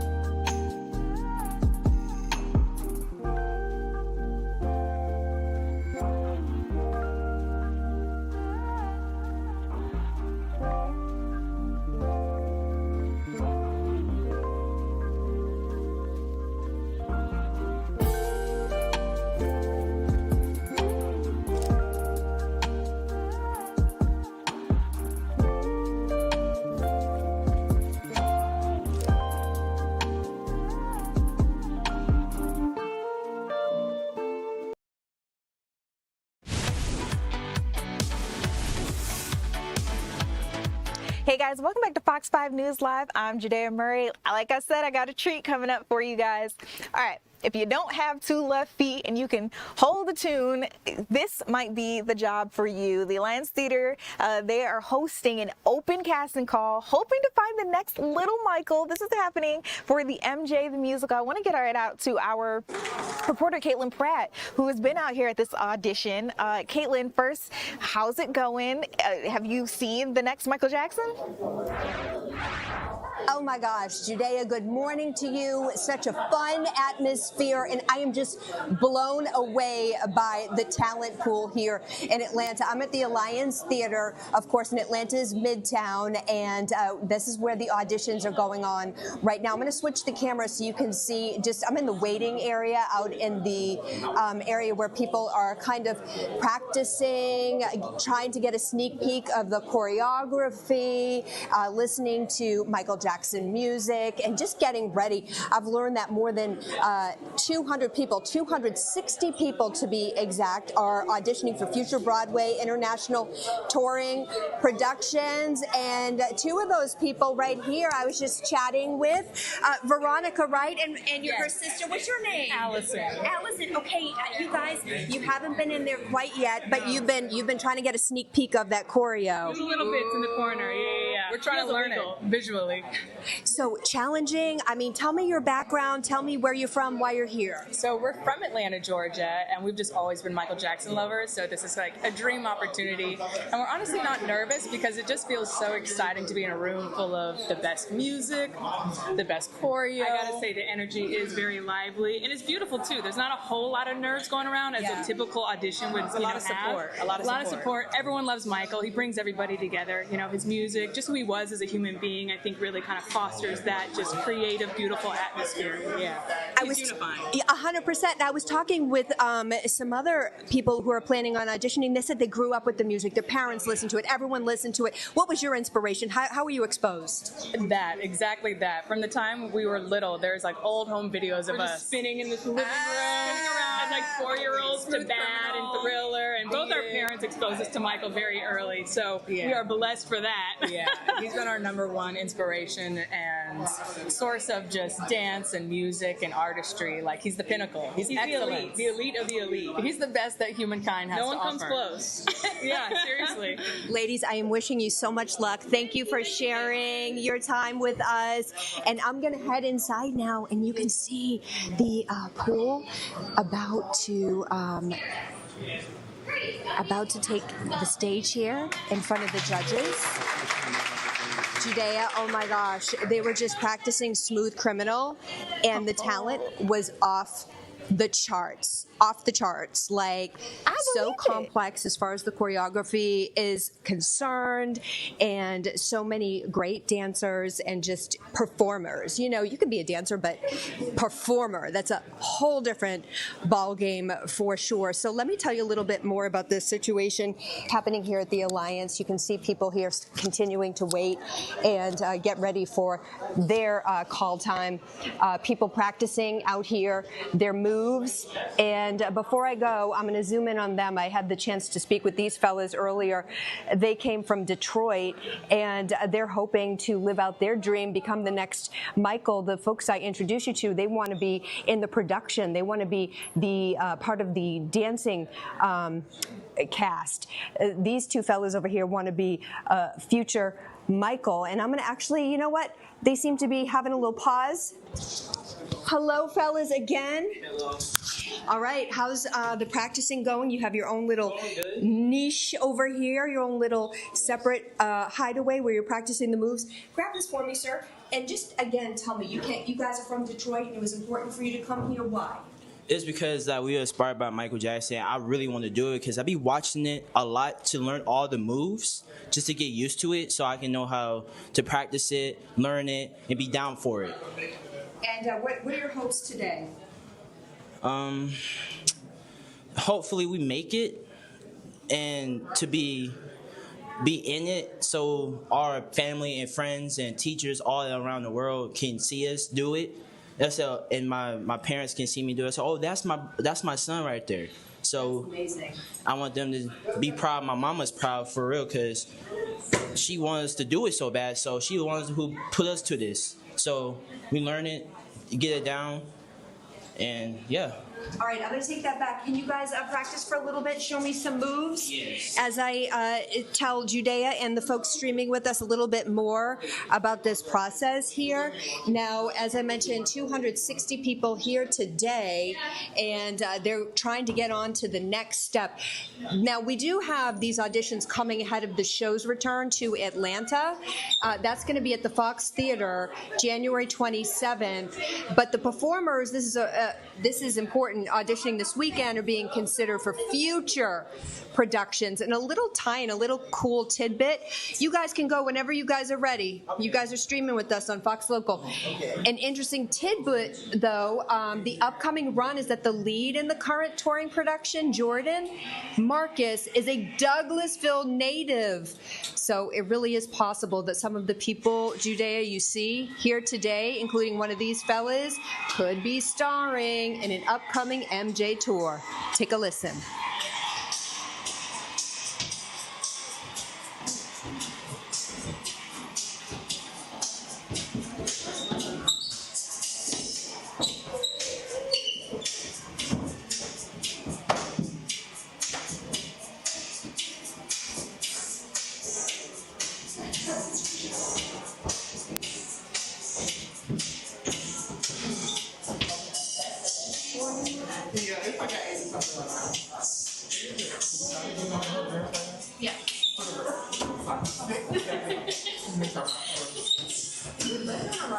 So they are doing right on me. So you want to the left?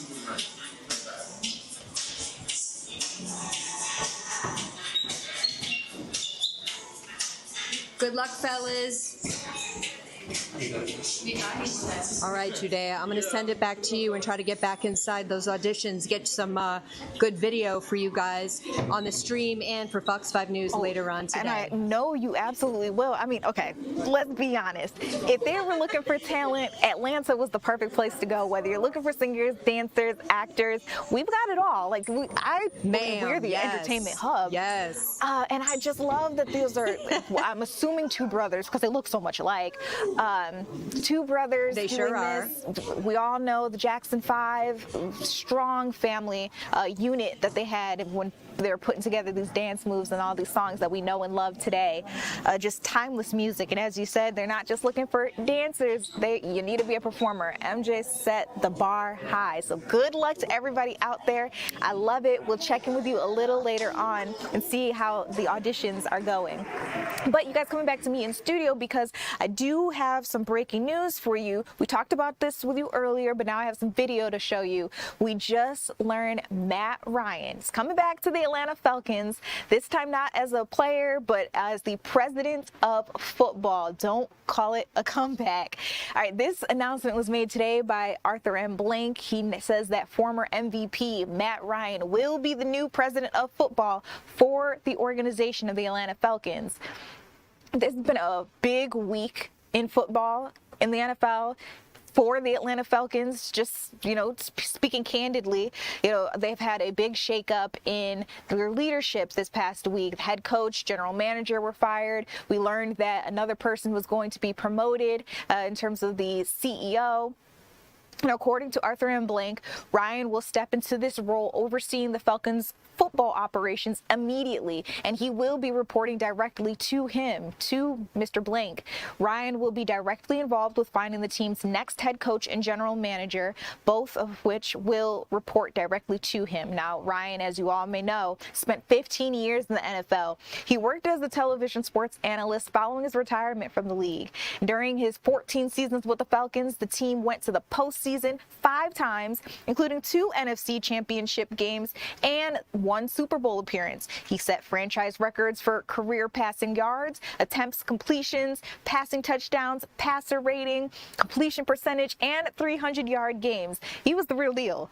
Ryan's best season came in 2016 when he earned first team All-Pro honors after leading the Falcons to the club's 2nd NFC title and a Super Bowl appearance, being the first player in team history to be selected as NFL MVP and was also named Offensive Player of the Year by the Associated Press. And now, you guys, he is going to be the president of football for the very team that he led to victory so many times before. Just an incredible information that we are getting in about this. I'm sure later on we're probably going to get some insight from some of the players and maybe even some other people out there on the team. I'm also looking forward to seeing what our sports team has to say about all of this.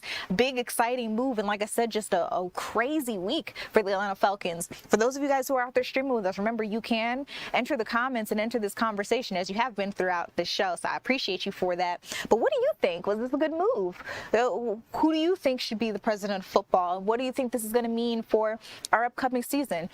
Could we end up in the Super Bowl next year? Fingers crossed. I'll check in with you guys in just a minute.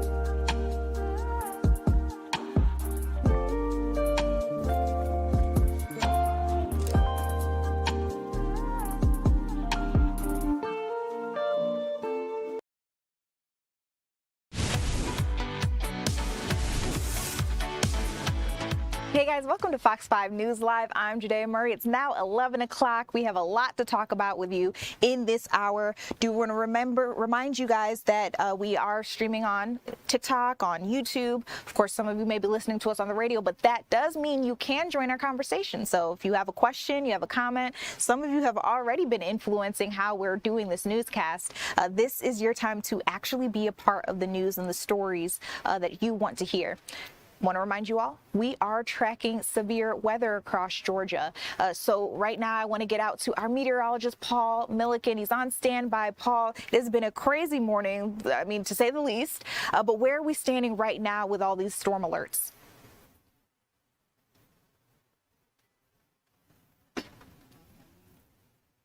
Hey, Paul, for some reason we lost your audio for this hit. I'm hoping that we can fix that and get back to you in just a second.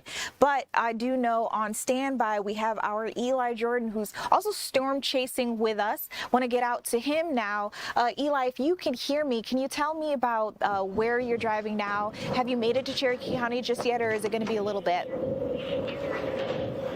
I passed into Cherokee County about 20 minutes ago. I'm going through wow. Canton now. I'm still on Highway 20, and but I still have a ways to go. I'm going to those cross streets where we had those reports of major flooding, and so still have probably about maybe 12 minutes to go before I get there, but I'm on my way, and we're going to go check that out and see what's happening there. But I'm getting on the other side of Canton as we speak and heading over into Cherokee. I'm in Cherokee County now, but report of flooding is on into the county a bit, and so heading that way, and I should be there in about 10 minutes right now.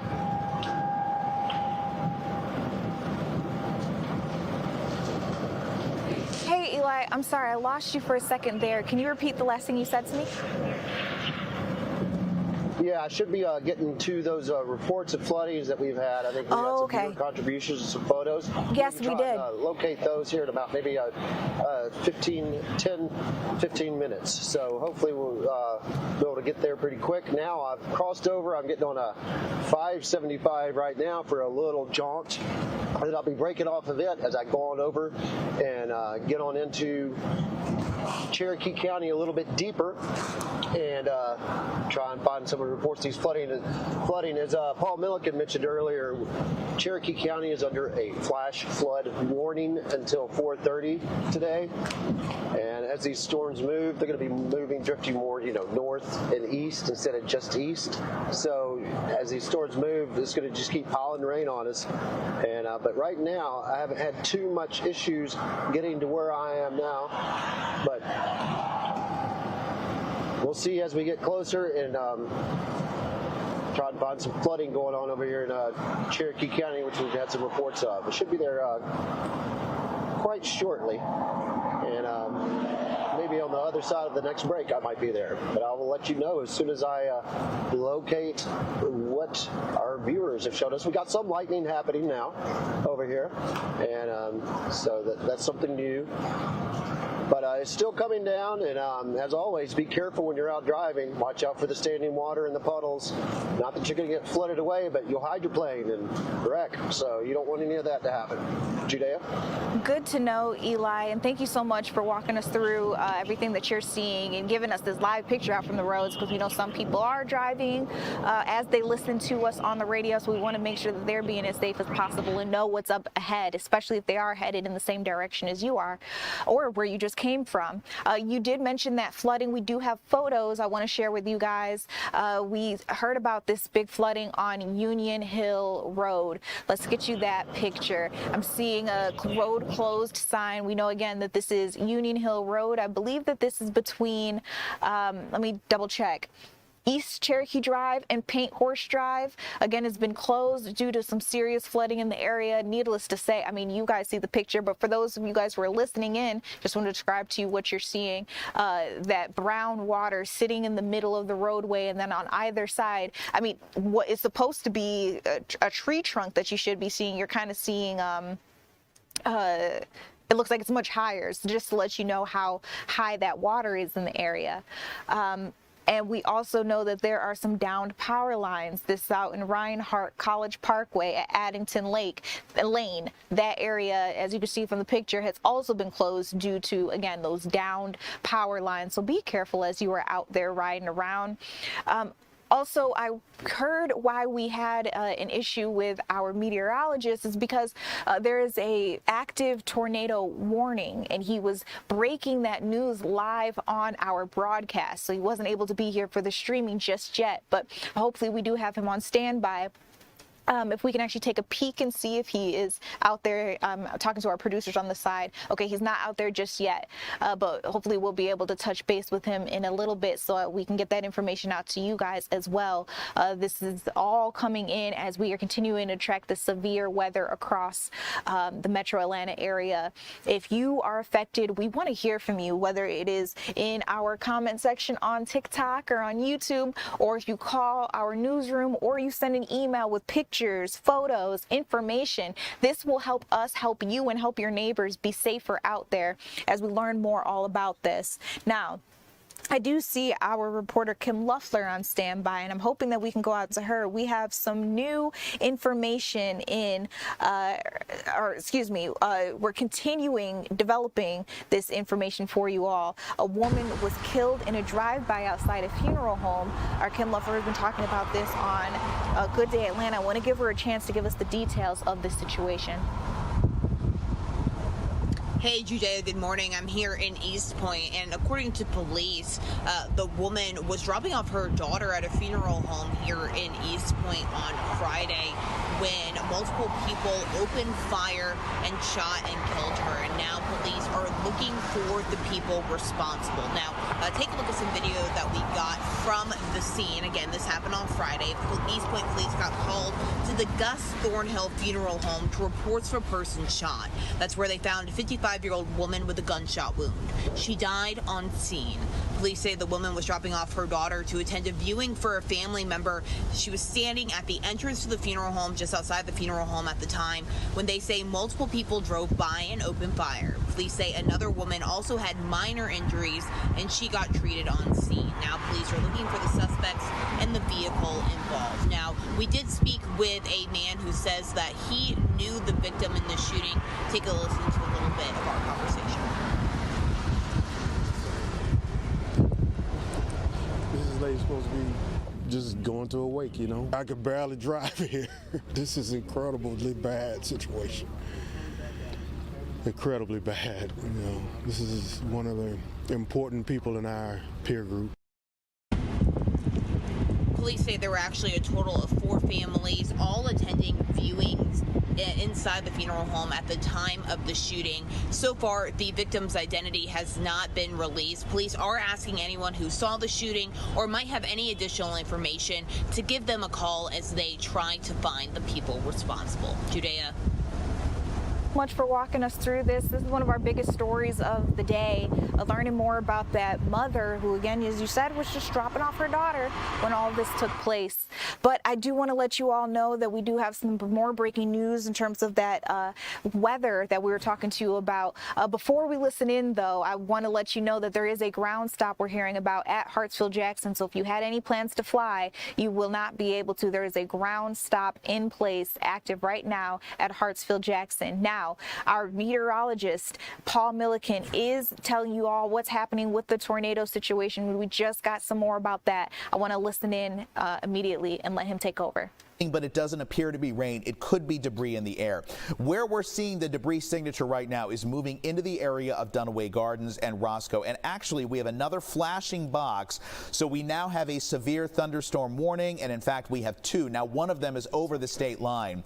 But we now have a severe thunderstorm warning, which is just popping up. That is the orange box that you see flashing right there. So we now have a tornado warning right now.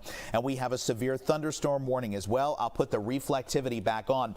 Most of the area under the severe thunderstorm warning is not seeing rain at the moment. The reason there's a warning is because this is going to be moving into your area. So notice this really, and in fact, I'll walk over just a minute here. I've been doing all of this off camera, but let me walk to the wall. This very defined edge right here, the leading edge of this storm. When it gets this sharp and defined, you know you've got some really strong winds in there. So that's what's happening here. But at the northern part of this, right here, this is where we have our tornado warning. It is in effect for 4 more minutes, and it looks like, I haven't had time because I'm here by myself, but I think this was a confirmed tornado. I'm going to check on that for you right now. Let me walk back off camera, though, so I can do a little storm tracking for you. Again, we have 2 warnings right now in effect. One is this tornado warning. And it looks like right now, if I click here, this is in Gwinnett County. It is just north of Noonan right now. It is moving toward Tyrone and Peachtree City. You are not included in the warning if you're in Tyrone or Peachtree City, but it is moving in that direction. When I turn on our debris signature, as I said before, this is sort of indicating where there may have been or may be some debris in the air. It looks like we have some right here around Happy Valley Circle. So this is just to the east of Dunaway Gardens. There's Red Wine Plantation, and up to the north here, moving into Red Wine and Roscoe. These areas, go to your tornado safe place right now. You need to be in your safe place. Bottom floor or basement, you need to be protected, so an interior room, and you need to stay there until the storm has passed. Again, on our debris signature right now, this is Red Wine Plantation Drive, this is Happy Valley Circle, and then then back towards Roscoe and Redwine. You all need to be in your safe place. Now, along with the tornado warning, we have a severe thunderstorm warning right now. The severe thunderstorm warning, and let me click on it because, again, I am just making sure that we've got Coweta County as part of that warning. Troup County, Meriwether County is included, Fayette is included, Spalding, even into Pike County. So this is all moving to the east here, and this is a severe thunderstorm warning for the leading edge of that storm. And you see it right here. It is very well defined on radar. It is just about to move into Hogansville. You're going to be next with a potential severe storm. Grantville and Moreland, you are all in the line. Noonan, you are getting that heavy rain right now. You've been getting that heavy rain. The interesting thing, we zoom out here, the lightning strikes don't look terribly numerous. Where they are, there's obviously an intense storm, but only 60 lightning strikes. You typically see more than this, which is interesting. I also don't want you to forget that up to the north, we have several flash flood warnings that are in effect. That includes Bartow County until 3:30, 4:30 for Cherokee, Dawson County until 5 p.m. A lot of rain up there, but right now the number one threat, a tornado warning. This is Coweta County right now. It is part of Fulton County as well. You are under a tornado warning. It's going to be the southern part of Fulton County and the northern part of Coweta County, excuse me, and this is going to be for at least one more minute. We'll see if it's discontinued or if it's going to be extended. They are certainly putting the severe thunderstorm warning out there, but not necessarily the tornado warning. So I'm going to watch this for another minute. What I'm going to do is turn back on that debris field just to see if there's any changes there. I don't see big changes since we looked at it last time. Again, Hutchison Ferry Road just north of Bethel Road, Hamilton Road just south of you. Looks like there could be some debris being detected by radar. So I'm watching that area. Also, a little ahead of that, this is an area we've been talking about a lot here. This is going to be Happy Valley Circle. This is Ashley Creek Drive. This is all kind of heading in towards the area of Arbor Springs. There may be some debris being detected there. I also see a bright spot down here, and this is going to be down just north of Gloverton, kind of in the Hamilton Plantation subdivision just south of that. I don't think that's necessarily tornadic debris right now, but it's something that I'll be watching. So it looks like the time, and again, I'm in here alone, so it's tough to tell. It looks like it's 11:15 right now. So we'll see if this tornado warning, and it has been, it is not extended. So the tornado warning is no longer into effect. We no longer have a tornado warning. Now we just have a severe thunderstorm warning. So the severe thunderstorm warning, and let me put our reflectivity back on. This is a severe thunderstorm warning until noon. So this is going to be the next 45 minutes. And this is going to be for Fayette County. This is for Coweta County. This is Meriwether County. This is down into Troup County as well. And again, the reason there now is a severe thunderstorm warning is that right here, this leading edge is moving down. It is a very defined leading edge, and we expect that there are damaging winds in there. I don't know that there's the potential of hail. In fact, let me just look over and see, because I can kind of look around a little bit, and I can put on some of our different products that show if there's the potential for hail. Looks like there's a little purple showing up there. I don't think it's looking particularly like something we'd be too concerned about. It's not out of the realm of possibility that you would have some small hail. It's really the damaging winds that are going to be the bigger issue, and the heavy rain. The fact that this rain is coming down fast and furious. So this flashing polygon right here, this big orange area, is a severe thunderstorm warning. I'll go back over to click on it again. I'm in here by myself, so I don't have somebody to read me the specifics of the warning right now, but this is a severe thunderstorm warning, and as I click in it, I can tell you it includes parts of Coweta County, Fayette County, a little bit in Spalding County and Pike County there, Meriwether County and Troup County, and this is because we have this big line of red, this defined edge moving through, and within that there could be some very strong embedded winds. The earlier tornado warning we've been tracking is no longer in effect. It is just the severe thunderstorm warning. So we're going to hop off the air here in just a minute, and on our streaming platforms, Fox Local, Judea, if you can hear me, I can't hear you right now. We'll take a quick break, and then I'll come back at 11:30 with you, and we'll continue to follow. But just to wrap this up quickly for anybody watching right now, we've been tracking a tornado warning through Coweta County. It looks like that was a confirmed tornado. Really hoping everybody got to their safe place and everybody is doing fine. And now we are talking about a severe thunderstorm warning in effect until noon today for Gwinnett County, Fayette County, part of, let's see, again, Spalding and Pike counties down there, Marrietta and Troup counties. It does not look to me like any of Fulton County is involved in this current severe thunderstorm warning. So I'm going to wrap it up on air. If there's another one of these warnings or another issue that pops up, we will break in immediately and we'll go back to regular scheduled programming on Fox Local, and I'll be back in with an update there at 11:30.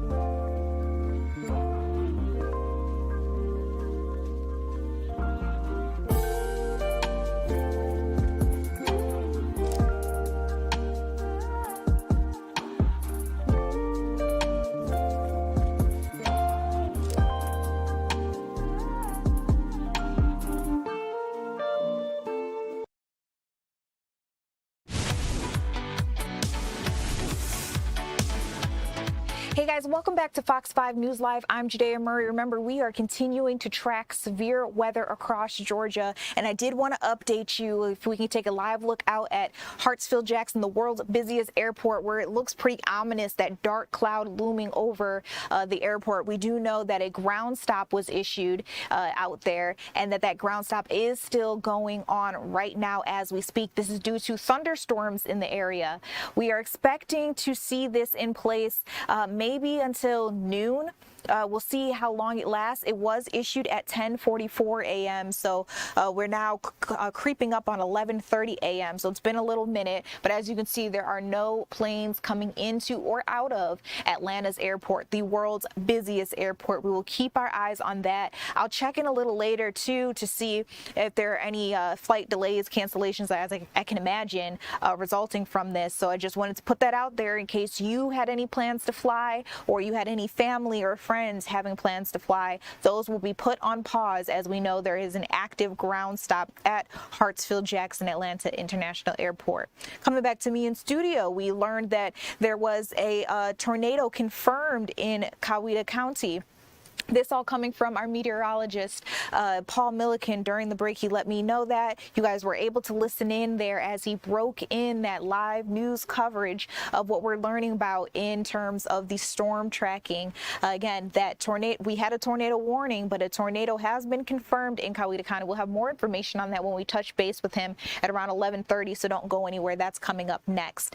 Also, we also learned within this, I think within the hour actually, that Matt Ryan was named the Falcons president of football. You're taking some footage, a look at some old videos of him. And again, I said it before, don't call it a comeback, but he is back. Matt Ryan was one of our MVPs. He also led the team to victory countless times. He spent 15 years in the NFL. He even worked as a television sports analyst.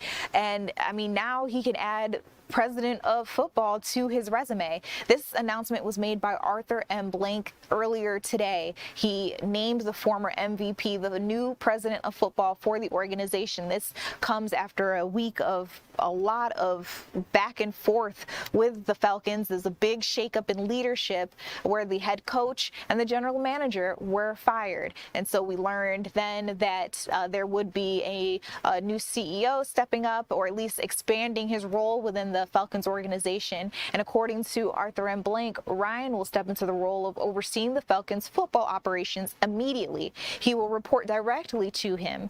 Ryan will be directly involved in finding the team's next head coach and general manager, both of whom will report directly to him.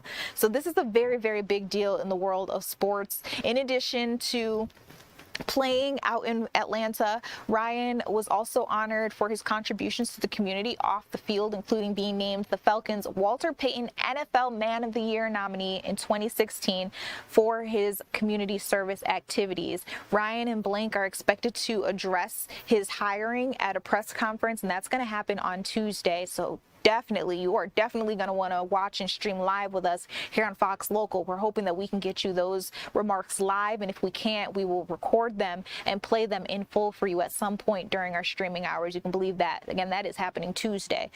A lot of breaking news within an hour, maybe even 2 hours tops, but we're getting it all to you guys. Looking at our time now, we've got about 4 minutes. So I want to run through a couple of national headlines with you guys. I know a lot of you have been paying attention to what's happening in Minnesota and Minneapolis with that shooting involving ICE agents. And so I want to get you the latest information that we have on that. We have some video. You're looking at so many protests and demonstrations as people honor the life of Renee Nicole Good, who was killed by that ICE officer. And it was all captured on video. In the video, you can actually see her come out a little bit into the street where the ICE agents were trying to drive. I'll explain what you're looking at here in a second, but let's keep that playing. So in the video, you can see her come out a little bit into the street. You can see the ICE agents approaching her kind of in a perpendicular format. And then in no time, they get out of their cars, come up to her in her car. It looks like she's saying something to him. One of the officers goes around the back of the car, and then the other officers go in the front. And in like seconds, you guys, you can see her kind of go back a little bit, then move forward, and the officer says he thought that she was trying to kill him, and with a car that would be considered, lethal force of a weapon, and so he opened fire, shooting and killing her. And that moment, because it was captured on video by multiple people, has just gone absolutely viral, raising the question, was there a reason to open fire? Was there a reason to kill her? Did she actually pose a threat like they were saying that she did? So people have been going back and forth about everything that's been happening there. We also know that in addition to that, there have been those protests not just in Minnesota and Minneapolis, but also here in Atlanta. Officials are calling for transparency in this investigation of the federal agent who opened fire. They want to know what's going to happen to that person. Are they going to get off scot-free? We actually got to hear from Mayor Jacob Frey, the mayor of Minneapolis. He had some fiery remarks after what happened. Let's listen in. So they are already trying to spin this as an action of self-defense. Having seen the video of myself, I want to tell everybody directly, this was an agent recklessly using power that resulted in somebody dying, getting killed. was the mayor then speaking, as I was mentioning to you guys. Hundreds of protesters are taking to the streets, trying to get some answers, urging the U.S. Immigration and Customs Enforcement Agency to answer to what happened. Leaders on not only for what happened, but also against what happened.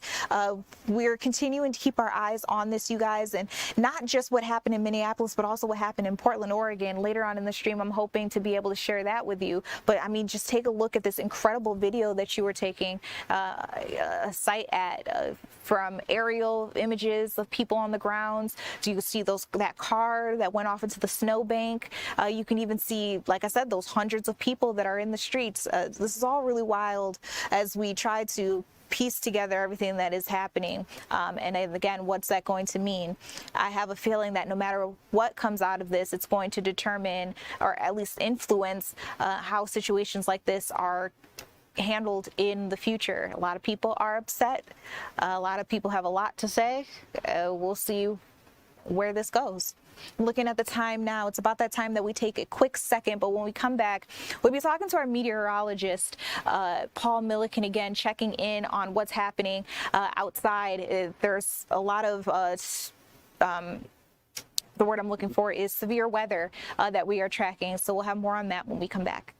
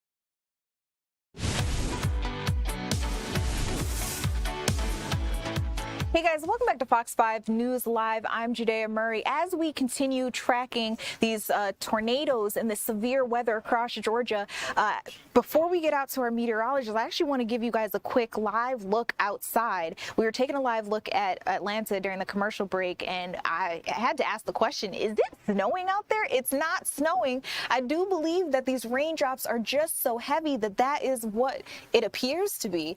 Absolutely wild. And with this information in mind, now I would like to go out to our meteorologist, Paul Milliken, seeing what more information we have learned. Paul, not even maybe 20 minutes ago, you were live on air breaking news about what's happening. Walk us through what we learned then and where are we at right now? Yeah, well, the good news is the tornado warning that we were tracking, that is no longer in effect. It looks like that tornado was a confirmed tornado. It looks like that was likely spotted around the area of Whitesburg, I think in Carroll County, and then quickly moved into Coweta County. Certainly, if there's damage in your area and it's safe to do so, please let us know, because we would certainly be grateful to know exactly what happened out there. Meanwhile, we still have a severe thunderstorm warning in effect for several counties. I'm going to just stand right here at my computer to click around for a minute here. So we're talking about a severe thunderstorm warning until noon, so that's still about a half an hour, and that's going to be for Fayette County, you see right there, Coweta County, Marrietta County, and Troup County. So again, this is until noon,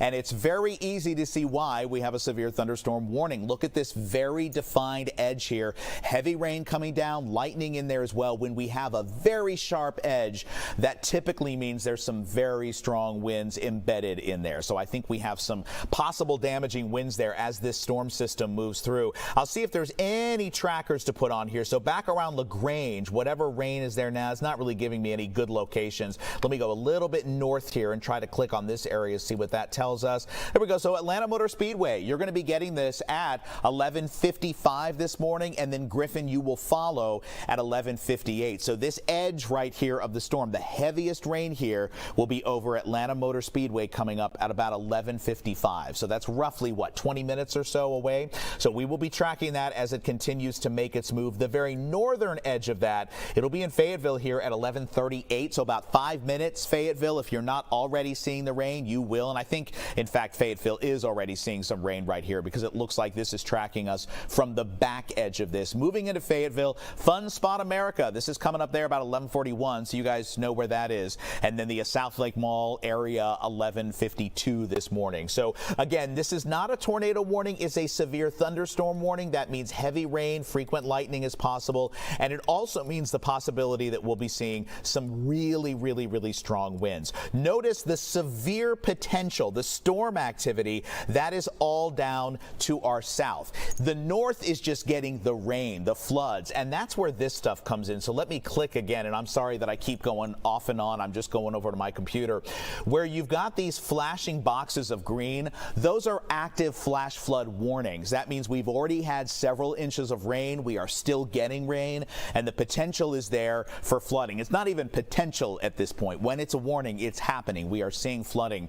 And so that's going to be for Bartow County until 3:30 this afternoon, Cherokee County until 4:30, Lumpkin County until 5 o'clock. So these are areas that have already picked up several inches. In fact, I can flip over quickly and show you on our 24-hour rain rate.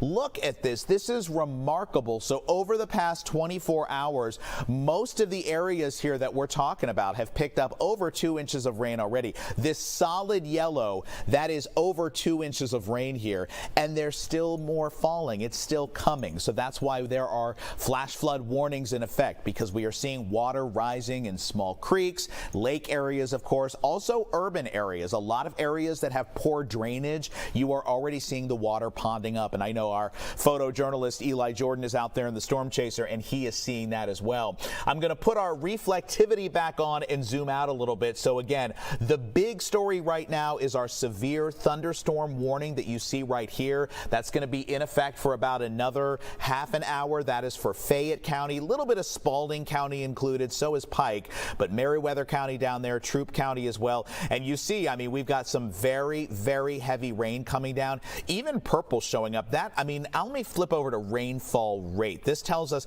how fast the rain is coming down. So this gives us an idea exactly of just how much rain we're getting, how quickly. And I can click on this. 5 inches an hour. That is heavy rain. If we're getting rainfall rates like that, it's going to be very tough to see when you are out on the roadways. So please, again, be very careful when you're out and about, and know that this kind of activity will continue here as this entire cold front system moves through. I mean, that's the problem here, is that we've got a cold front, as we know, and we've got to get that cold front. I'm just clicking around showing these rainfall rates. These are really big numbers. So the rain is coming down. In fact, right on cue, I can hear it on our roof here at Fox 5. I hear the rain coming down right now, and I'll zoom in. Look at this. On cue, you know, earlier we said we could be getting heavy rain near the noon hour. We're at 11:36, and look at this heavy rain right through Metro Atlanta. It is really coming down. There are the Fox 5 studios. That's why I hear it on the roof. We've got this heavy rain coming down right now,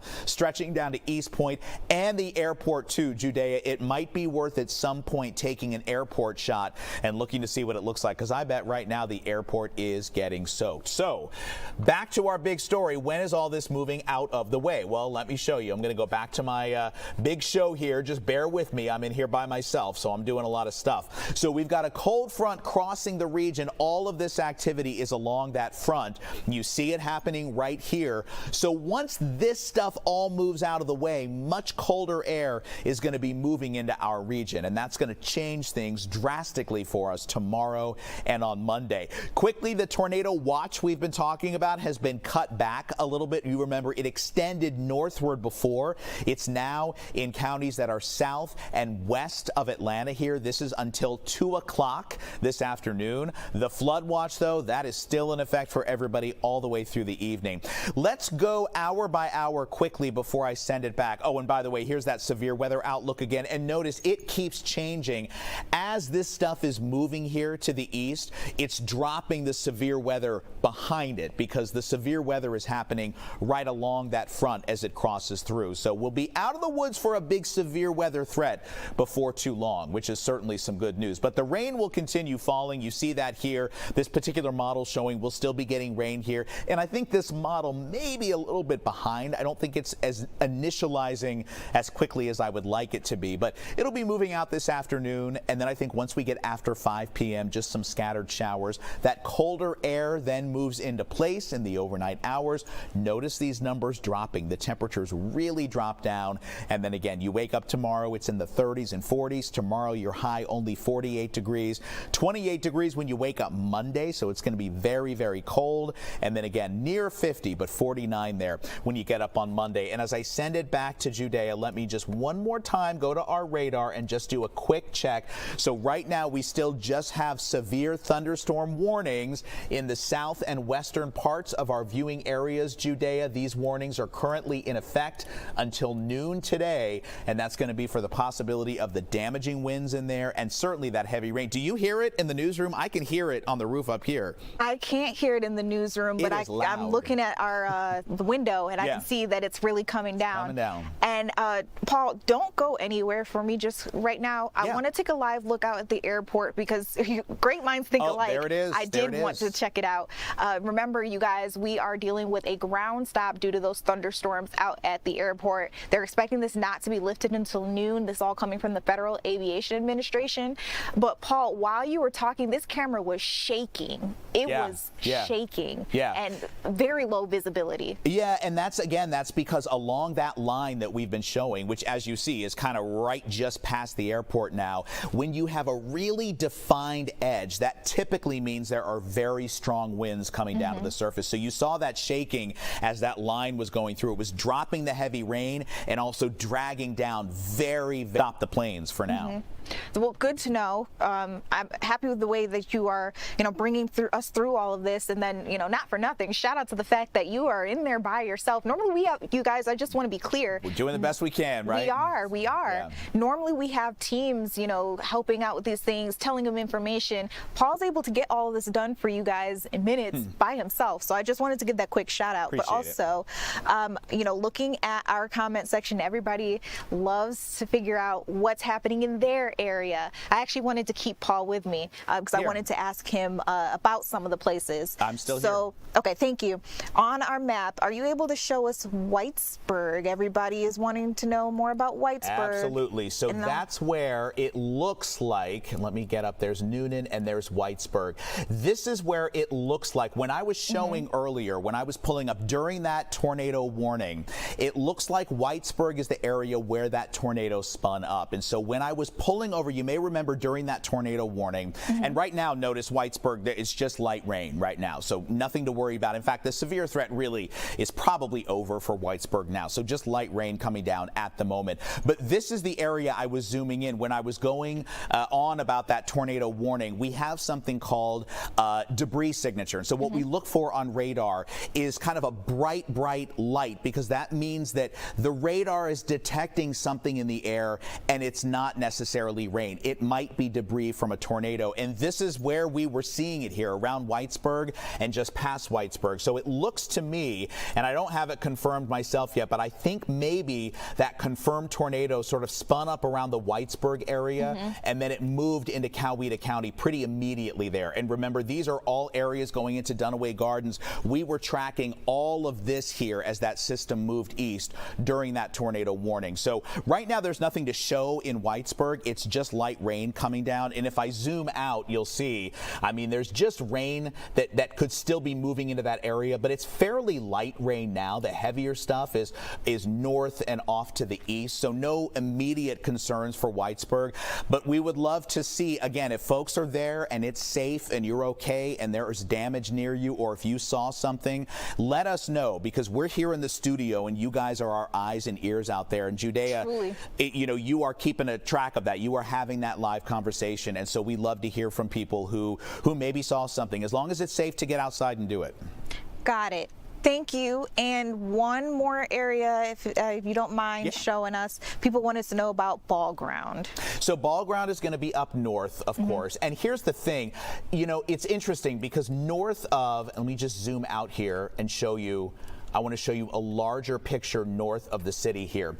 So the severe threat is really confined down to the south, where there's more instability. What you've got up here north of Metro Atlanta is really the rain is the issue. Now, I'm not saying there's not going to be a rumble of thunder or a little bit of lightning. These are areas that have already been getting rain for several hours. I mean, overnight into this morning, and now more rain coming down on top of that. There's more stability there, so it's not really a severe threat up to our north. It's the fact that there's flooding right now. That is the issue in all of these areas north of the city. Again, there is a little lightning. You see a little bit showing up here and there, but it's not really a severe weather threat in terms of severe thunderstorms or tornadoes that exist anywhere north of Metro Atlanta. It's going to be that rain. And so the rain is going to continue to be an issue. That's why, and it's important to note, Judea, that even after the rain has stopped falling, that doesn't eliminate the flood threat, because waters can still rise. So that's why these are in effect longer than rain will probably be falling. Like I said, we've got back over in Bartow County. I mean, this is still in effect until 3:30, and there's very light rain falling right now. In Cherokee County, we've got a flash flood warning until 4:30 in the afternoon, and then in Dawson County until 5 o'clock in the afternoon. And it's not necessarily that rain will fall the entire time, but the water can still rise even after the rain has fallen. So those are the areas there. So again, north, if you're living north, Ball Ground areas like that, wouldn't worry so much about severe weather or tornadoes. I would just worry about the fact that it's really rainy out there, and that rain, of course, could cause flash flooding.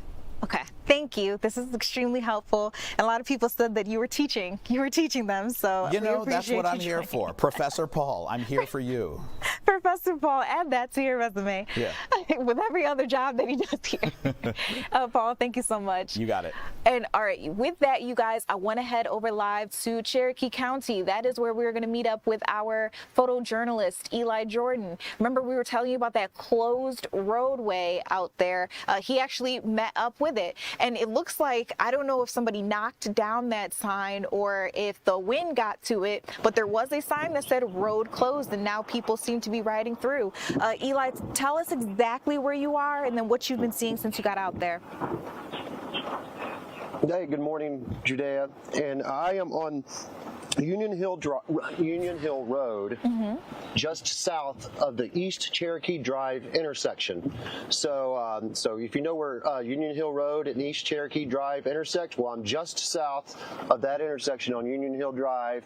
And yes, it looks like people have taken it upon themselves to go ahead and cross on over, because it looks like the waters have receded. You can see next to the road here where all the water came from and did flood it out.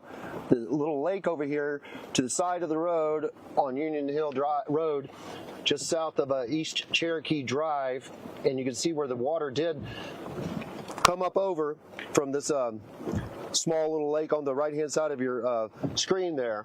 And then, the waters have since receded, and the signs are still up. On the other side, it says, road closed, and this sign was up, and it said road closed. But people are taking it upon themselves to drive on because there's no standing water here. But the signs are still there, and so just, that's your own discretion if you want to pass through here. But there hasn't been any trouble passing through here. It's just the road signs yet to be removed after the waters have receded, but who knows? They might come back up again with the continued rain. We'll have to wait and see.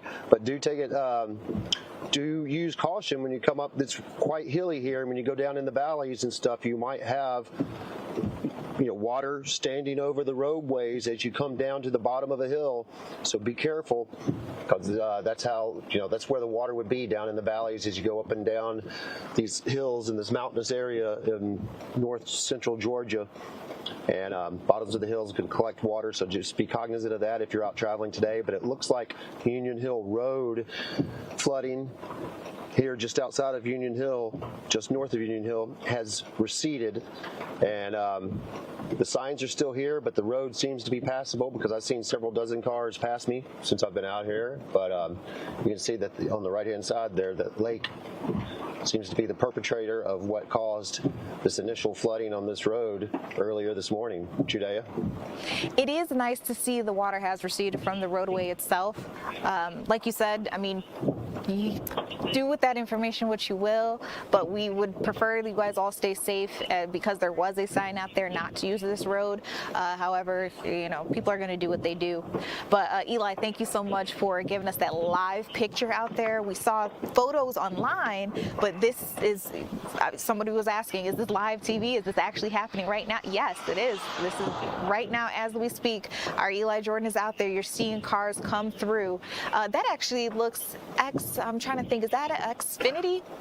Which kind of brings me into the transition. That would be yes, that would be Xfinity, the vehicle coming through, cable company. So yes, if you got cable appointment, looks like he might be able to make it this morning. So. He won't be late. Thank you for that. With that, though, I thought that was a good segue because we are hearing about some power outages if you use Georgia Power. There are 135 active outages. About over 8,000 customers are affected at this point in time. But to put that into perspective for you guys, there are just under 3 million Georgia Power customers. So again, 8,000 affected by this power outage. And again, we are seeing at least 135 active outages. That's all coming from the Georgia Power outage map that's updated every 10 minutes. So next time we have an update, if those numbers rise or they decrease, we will get that out to you guys. I'm looking at our time now. We do need to take a step back, but when we come back, I want to talk to you more about some national news. We've been talking to you about the Minneapolis shooting, but it's about time that I also talk to you about what happened in Portland, Oregon. We have more on that when we come back.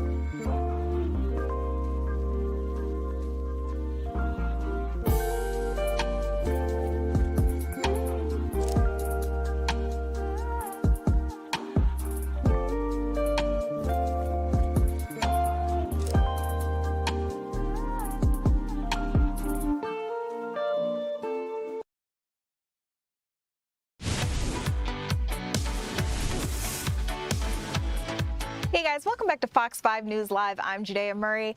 A little while ago, I told you that there's an exciting thing happening here in Atlanta. We know that Alliance Theater is gearing up. They actually have already started hosting their open casting call. They're looking for some new people to be part of MJ the Musical. Amazing show, by the way. We have our reporter, Caitlin Pratt, checking out this open casting call. Caitlin, I understand there are a little over 100 people really interested in getting one of these roles? Hey, yes, that's for sure. More than 100, that's for sure. I've learned 260 local performers, Judea, coming out here to Atlanta's Midtown, the Alliance Theater, to audition, not just for dance roles. This is for, of course, a musical. So a more intimate part we haven't been able to take part in is those auditions for singing parts, of course. But I can tell you that this place is packed. I'm going to switch the camera so you can see, and hopefully they'll start rehearsing the choreography so we can take a first-hand look before you reset at noon. But yeah, this has been going on for a few hours now, and so many talented people here to take part in these auditions for the event. They're all waiting outside here for MJ the Musical auditions. Now, I'm going to take you inside, and you'll be able to see the latest group called in here. They're going to be learning some choreography, and it's the Smooth Criminal song by Michael Jackson. And they're going to be learning the choreography, and then those individuals called out one at a time are going to go up to the front and perform, and those that do a great job, they get on to the next round. They've already had multiple rounds go through. You're looking at the latest group, and I'm going to sneak in the back and just let you look in just for a couple seconds, okay? Great. Okay, thank you.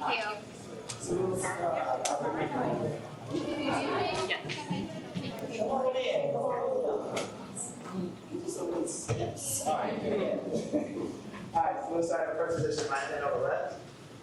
So you then hit 5, 6, 7, and hit 5, 6, 7, and hit 5, 6, 7, and hit 5.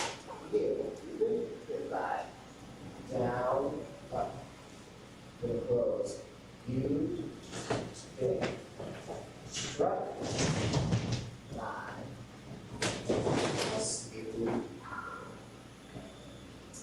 Details.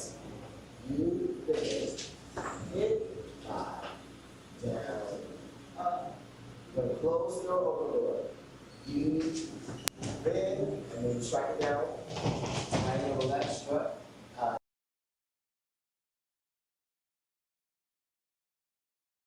And over. Yeah. Close. Yes, the cross. So, you did 6, 5, down, up. You did step back, smooth, and details. Kaylin, I know you can't talk because you're in the middle of rehearsal, but I just think this is so cool. I mean, people like me grew up watching shows like Making the Band. I loved the dance scenes with, I'm trying to think of what her name is. We all called her the Boom Cat Queen, but she's like a master choreographer, really, really popular, especially in the early 2000s, 2010s. Lorianne Gibson, that's her name. Anyway, I also saw the two twins that you introduced us to earlier. I think that's them in the front, right? Yep. All right. This is cool. Again, they are looking for people to be part of their next show, not just the show here in Atlanta, but the next couple of shows that they will be doing. Again, this is for the hit show MJ the Musical. It's a high-energy Broadway casting call going on right now at Alliance Theater. That is where Caitlin was able to get us a sneak peek, live look inside. We're seeing the dancers, but she mentioned there we haven't heard from the singers starters just yet, but they're looking for kids, adults, a little bit of everyone. They might even cast their little Michael. Who knows? Who knows? But this was the perfect place for them to do it. Atlanta has so much talent, just dripping. We're dripping at the seams with talent here. So this has been really cool to check it out. Caitlin, thank you so much for this live look. I'm going to take over, come back to me here in studio because I did also want to break this news again for you guys. We're learning more about the Atlanta Falcons naming a new president of football. It's going to be Matt Ryan. So you may know him as being the, I'm not sure what happened there. Okay, let's go ahead and take that video. Matt Ryan, he was the MVP. He's also led the team to victory a number of times. And now, according to Arthur and Blank, he will be the new president of football for the organization. This announcement was made just today. A little earlier, I was able to break that news for you all. But again, this is coming after a long week of leadership shakeups at the Atlanta Falcons. We know that they lost their head coach and general manager, both of whom were fired. And Ryan will now have to be part of finding the team's next head coach and general manager, and both of those people will report to him. If you are unfamiliar, just real quick, Ryan spent 15 years in the NFL. He also worked as a television sports analyst following his retirement from the league, and now he can add president of a football team to his long list of accomplishments. So that's what we have there on that. You guys, coming up, we'll be talking about our weather forecast again.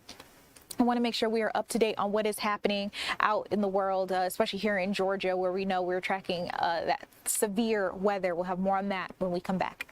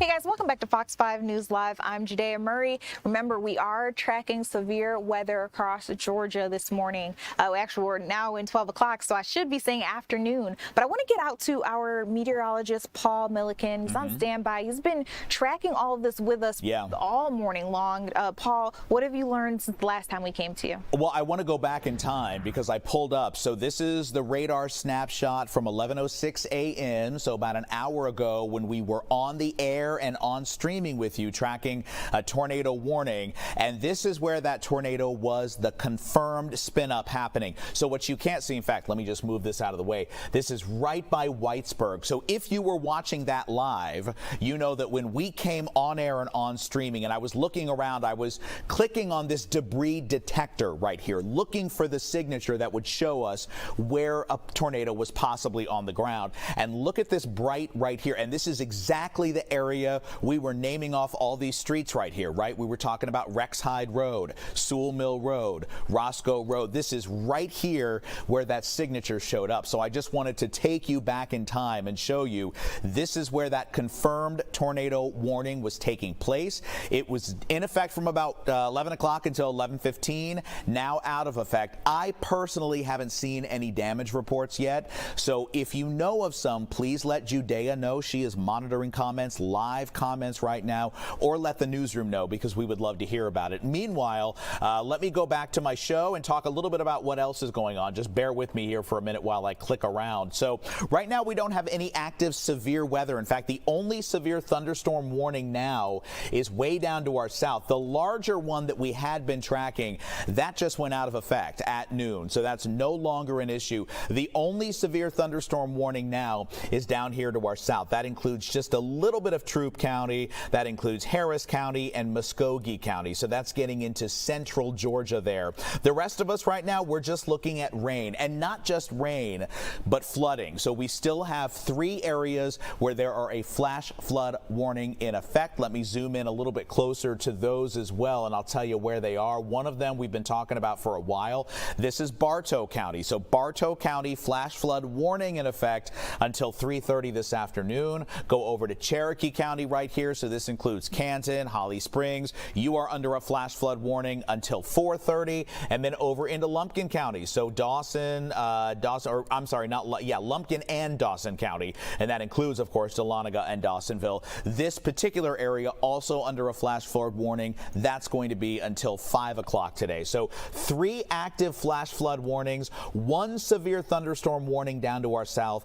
Other than that, and we had that heavy rain that already came through, things are quieting down a little bit. So that is good news right now. And the reason things are quieting down, we've been talking about this all morning since we went on the air, Good Day Atlanta at 5 a.m., is the cold front, which is crossing the region. And here it is right here. It is crossing as we speak, bringing along all of this activity, this rain activity now, the rain and former storm activity moving off to the east.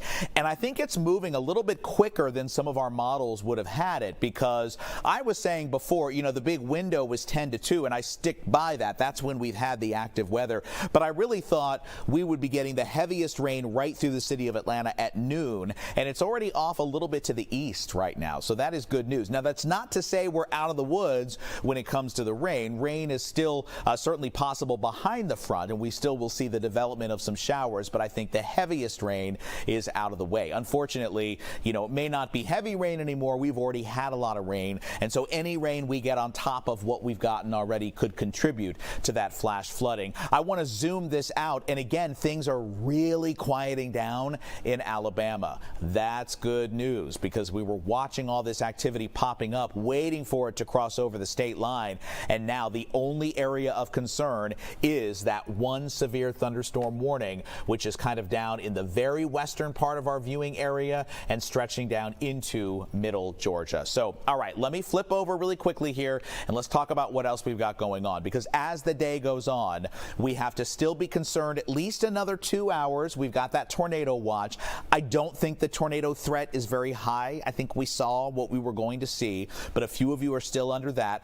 All of us, though, are still under that flood watch. That is going to be until about 7 o'clock this evening. And again, we've seen 2 to 4 inches of rain in many spots, and isolated amounts up to 6 are possible. The severe weather threat is really being cut back from the Storm Prediction Center. That's because all of this stuff is moving out of the way. Models not doing a great job handling this right now. I'm going to advance this forward, because really pretty soon here, a lot of this activity is going to be off to the east. And what you need to know is there still could be some lingering developing showers here through the rest of the afternoon. It's not going to magically get sunny and be beautiful outside. We still could have some rain coming down. But again, the stronger stuff is out of the way. Watch what happens this evening, though. So the evening time, the rain clears clears out of the way, cloud covered melts away. Notice the direction and speed of these arrows. They get a lot faster and tighter back here, these white lines. They're coming in out of the north and west. What does that mean? Bringing in cold air. So it's going to get breezy and it's going to get cold tonight and tomorrow. So we go from very warm temperatures today to an overnight low of 41 degrees, 48 degrees for your Sunday. That's it. And then 49 on Monday. So we get very cold, a blast of January, which makes sense because it's January. It's just easy to forget that. And then we get midweek and we're back up to the mid-50s again, a little bit more mild. Your next chance for rain is going to be Wednesday night into Thursday. Thank goodness. We're getting so much all at once. We don't need any more. So we'll have a couple of days to really dry out, but it is going to be quite chilly out there. And just one more time, let me flip back over and show you as we wrap this up. This is what we were looking at an hour ago. And again, it's not what we're looking at anymore. I don't want to panic anybody, but this debris signature right here near Whitesburg and Carroll County, but it really quickly becomes Coweta County. This is where we had that tornado warning, and if there was a touchdown, it was in this area. This is exactly the area we were tracking right here on streaming and live. And again, if you're in that area, if you saw something, if there's damage there, we would love to hear from you, and we'd love to see pictures if it's safe and if you're able to do so. And certainly we're thinking about any folks out there that might be without power or who might have some damage to clean up after these storms blew through. So Judea, the good news is now forward, we're sort of in the calming process. Still maybe some rain and things like that, but I think the severe threat is really starting to go down, and that's what we want. That is a relief. It has been a long morning. Paul, you have been working overtime, doing a great job getting us the latest. All right, we appreciate it. Yeah. You guys, he mentioned a couple of things that I want to make sure that we follow up on. He said, power outages could be a thing. Remember, I told you that Georgia Power was telling us some new numbers. So we heard about 10 minutes ago, 132 active outages, about 8,000 customers affected. That number has been updated to 13,000 customers affected. And remember that there are just under 3 million people who use Georgia Power. So that number is really relative, but still 13,000 is a lot of people to be without power right now. That number is updated every 10 minutes. And since it's now been about 10 minutes, we should be getting an update any minute now. I also wanted to address something I saw in the comments section. Shout out to Skylar Megan, who told us that there may have been a tree down on a car, and then told us where we might be able to find some more information about that. We're all getting this kind of stuff in from radars and from scanners. This one comes from the Noonan Coweta scanner traffic account on Facebook. So we do still have to wait until the National Weather Service confirms it. But they are suggesting that there have been numerous reports of power outages in their area, traffic lights being out, a lot of 911 calls, but they're also saying there has been at least one report of a tree that hit a vehicle and a house this off of Blossom Court. We're going to try to look into that for you guys. Supposedly a person was inside the car at the time and may be injured. Minor injuries have been reported according to this Facebook page. But again, this does not come from the National Weather Service, so we do have to wait until they confirm that for us so we know it's official. But that is what we are hearing and what we're seeing on Facebook. So thank you so much for that tip. This is the stuff that I'm talking about, you guys. This is why that live interaction is really important, because you can then impact what you end up seeing on the news. So you can be a part of it. You always wonder how we get stories like this from people like you. So thanks, Skylar Megan, for joining in and weighing in. All right, want to get out to our Eli Jordan, our photojournalist who has been out with his team trying to track this weather for us.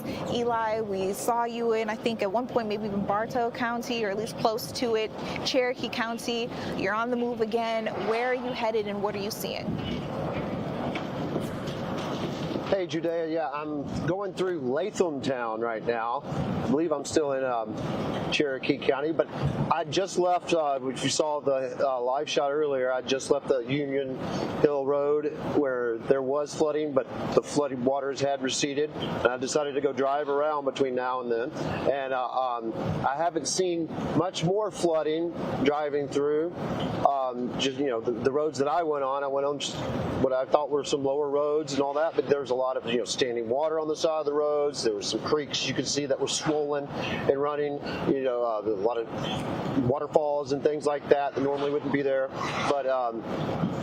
We still have rain coming down. There's still potential for flash flooding to happen because, just because the rain stops, there's still runoff that is happening, and they can still puddle on the roadways, cause problems when your cars hit those puddles and jerk your car around, maybe cause an accident. We saw an accident earlier today over there just outside of Cartersville over in Bartow County.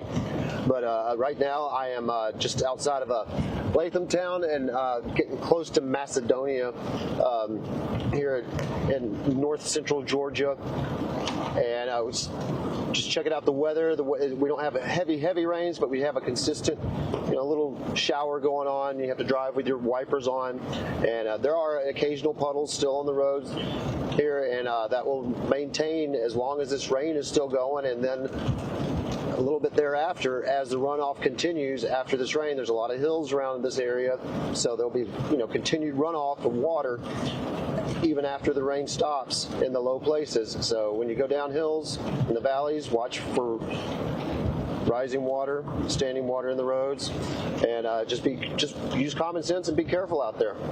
Judea? Giving us another live look out at the roads. Just want everybody who may be driving and listening in to us, be safe, be smart, drive for yourself, drive for all of the people out there with you on the road. I just hope that everybody makes it safely to wherever it is that they're going, including you, Eli. Thank you so much for joining us through our live streaming hours. Listen, you guys, there are a lot of stories, headlines that we do need to get to pertaining to local news. We've been talking about weather, but there are a couple of other things that I want to make sure you're aware of as well, including a teacher who was once called the Teacher of the Year. We just found out that she has died from flu complications. We know that this is a horrible flu season that we are experiencing, especially here in Georgia, where we maintain an extremely high flu activity level, and it's been fueled by something called the super flu variant. So very, very tough thing to deal with, but I want to tell you more about who this woman is and who she was to her community. Angela Coleman is her name. She was a Spanish teacher at Mount Perrin Christian School for almost 15 years. We found out that she died this week. High school that she taught at was closed on Friday in order to give the students there and her colleagues some time to mourn the loss. We also know that a Mass and a Celebration of Life service will be held for her January 24th at 10 a.m. It'll take place at St. Joseph's Catholic Church in Marrietta. But again, just a horrible thing to hear about someone who was so beloved in her community. She was just 51 years old. She came down with the flu. Unfortunately, she had some bad complications and didn't make it out of it. But one of her former students, who has become one of her friends, said that she was always happy, she was healthy, she was always full of so much energy, and you could just see it there in her smile from looking at her pictures. He went on to say, and I quote, "It doesn't make sense that I'm not going to hear her voice again." Coleman was the kind of person who would lead mission trips. She took her students to Peru. She also had a big hand in, the teaching there out in Cobb County. Back in 2023, she was actually voted one of Cobb County's best teachers of the year. They say that her impact on her students, her colleagues, and her community, of course, will not be forgotten. You can't forget somebody like that. One of her friends told us, and if you don't mind, I'd like to quote it for you as well, "There are some people who come into your life who are truly irreplaceable. Angela was one of them." And as I mentioned, we are keeping our eye on the flu and the super flu because we've learned here in Georgia it is running rampant. It is extremely high levels here. So here's when you should call 911 and when you shouldn't call 911. According to the CDC, we're experiencing extremely high levels of that activity here, and flu-related 911 calls have also spiked. We're looking at 60% more calls in DeKalb County alone. And that, according to some of the officials, some of the people who work at these hospitals say, is putting an extreme, severe strain on emergency resources and hospital response times.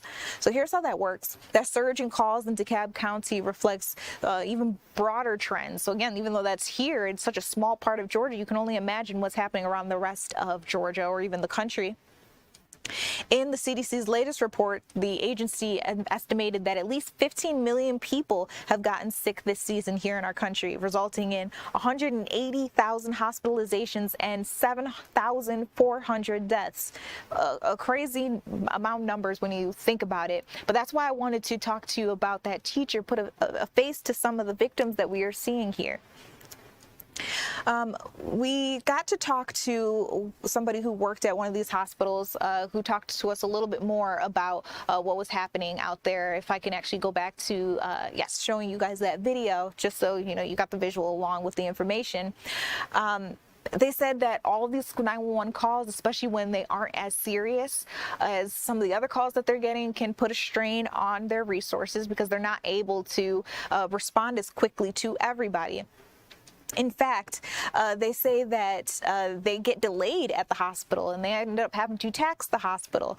And so, again, they're not able to get to as many people. So here's when you should call 911. If you are experiencing a life-threatening issue like having trouble breathing, or maybe you're experiencing some chest pains, or if your symptoms return with a higher fever, even though it seemed like you were getting better at first.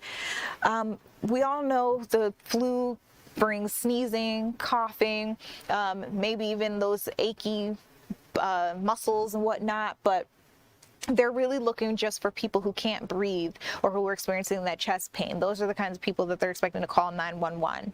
Now, what you can do to fight influenza at home, everybody tells you can wash your hands. Of course, everybody tells you can get a vaccine. These are all things, I guess, that are up to you and your discretion. But the big one, stay home if you are sick. You don't have to go to work. I promise that work is going to get done with or without you. So just take some time, get some rest, come back when you are feeling much, much better. All right. Also, I'm taking a look at our time now. I think I've got a minute to run through a couple more with you. Let me get you one national headline because I keep putting off the Portland, Oregon story, so I want to make sure I can get you an update on that. Protests continue. We heard about this shooting involving Border Patrol agents, apparently shooting 2 people. So here's what we know about this situation as we are getting more information into our newsroom. There was a shooting in Portland, Oregon, where they say U.S. Customs Border Protection members were allegedly conducting a targeted vehicle stop, and 2 people during that stop were injured.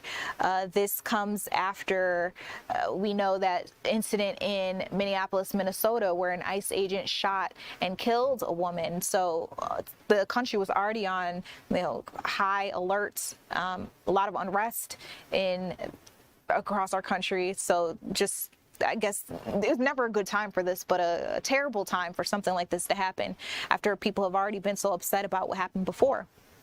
The FBI is now involved. They're investigating that shooting in East Portland that again involved a Customs and Border Patrol agent, and again 2 people wounded. Police found a man and a woman with gunshot wounds. They were taken to the hospital. At this point in time, we don't know what their current condition is. And again, this was just a day after an ICE officer shot a woman in Minnesota, killing her, and it's raising broad concerns about the recent federal law enforcement use of force. Are they doing too much? Were people in the wrong place at the right time? You know what I mean? The other information that we know about this, some law enforcement agents are weighing in on both of these shootings. A lot of people on both sides of the aisle saying whether they believe, like I said before, are these officers exercising brutal force and maybe they're doing way too much. It didn't call for that. Or people on the other side of the aisle, for example, in Minneapolis, saying, well, she was trying to hit this officer with her car. These are things that other people are saying. I'm just vocalizing them for you guys. But again, FBI is involved. FBI Portland is investigating the call of an agent involved in that shooting that took place at around 2:15 near the 10,000 block of Main Street out there in Portland. And it's active. It's ongoing. Law enforcement agents say that all the time. So unfortunately, I don't have that much more information to give to you guys. But it's just wild to see coming just a day after another high stakes shooting involving officers. All right, you guys, I'm looking at the time now. I do need to take a step back. When we come back, I have one more check-in about the severe weather with both our meteorologist and our photojournalist, Eli Jordan. So I'll get both of those to you in just a second.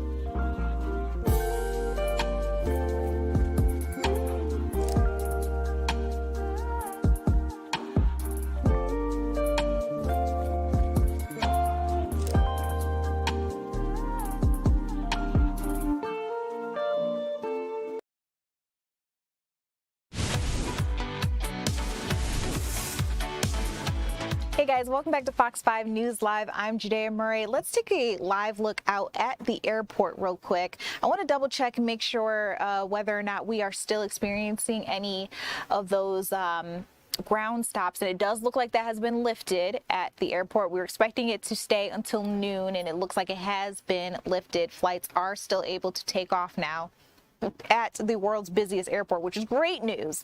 But we are also, tracking these severe weather alerts and flooding and maybe even some tornadoes across Georgia. I want to check in with our meteorologist, Paul Milliken, who's been on standby. Paul, it's been a whirlwind of a morning. It has. It seems like it's starting to dial back. Yes. Okay. That's right. You are correct. And I think that picture at the airport told us a lot, because you could see the planes going by. So things are moving smoothly there again. It's still wet out there. We've still got rain falling over a good portion of our viewing area. Mostly light showers, some more moderate showers up around Gainesville, up to Blairsville and Toccoa, but there are still some flash flood warnings in effect. Right now, there are no active severe weather warnings, no severe thunderstorm warnings, no more tornado warnings, so that's the good news.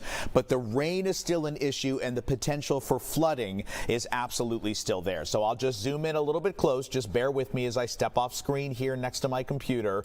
And we've still got that flash flood warning in Bartow County. This one we've been talking about for a while now, so this is going to be until 3:30. Very light rain, if any, coming down there right now, but they have picked up a lot of rain through the morning. There's still one in Cherokee as well. We've got Dawson and Lumpkin counties, and another new one way up here by Clayton in Rabun County. So you're also under a flash flood warning until 3:30, because we still have rain coming down on top of areas that already got a lot of rain. As you see now, the airport looks much, much better. Not seeing anything happening there other than very very light rain, maybe just some mist there. Right now, the heaviest rain we see is well south of the metro area.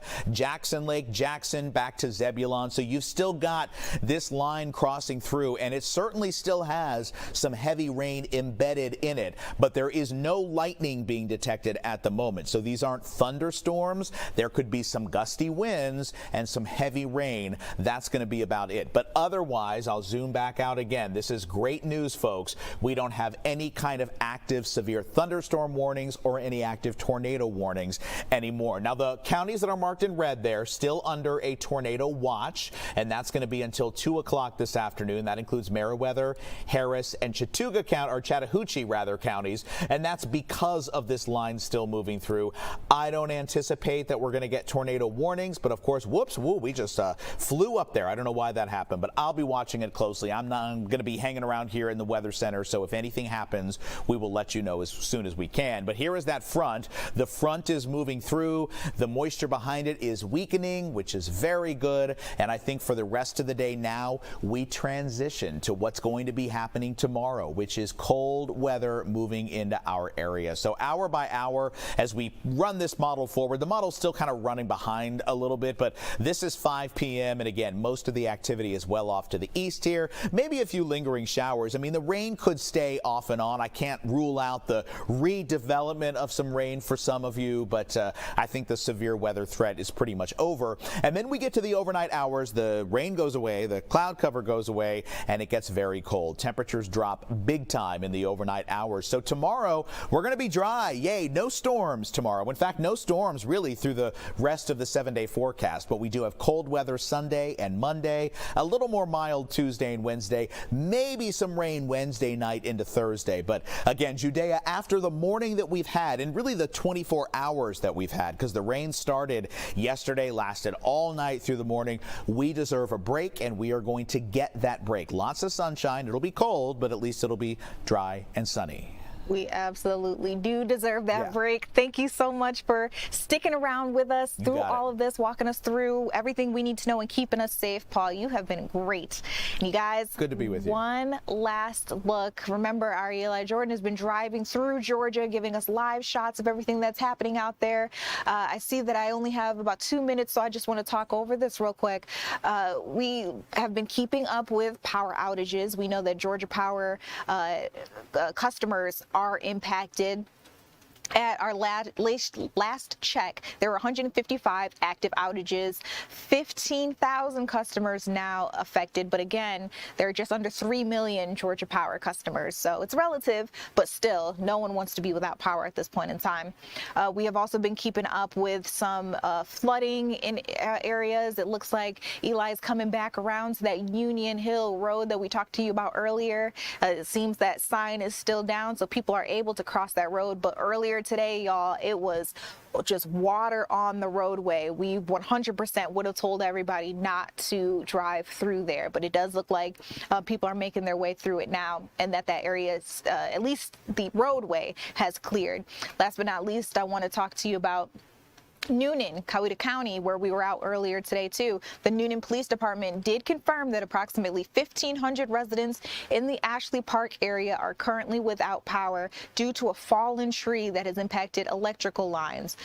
Do want to let you know a Newnan utilities crew is actively working to remove that tree and restore power. The one thing that we were checking on that we didn't get an answer on just yet is whether or not a tree hit a vehicle in a home.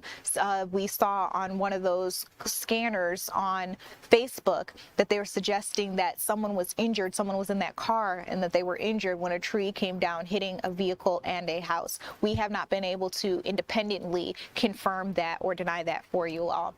But with about 10 seconds left to go, my name is Judea Murray. Thank you so much for joining me and for interacting with me in the comment section. Coming up.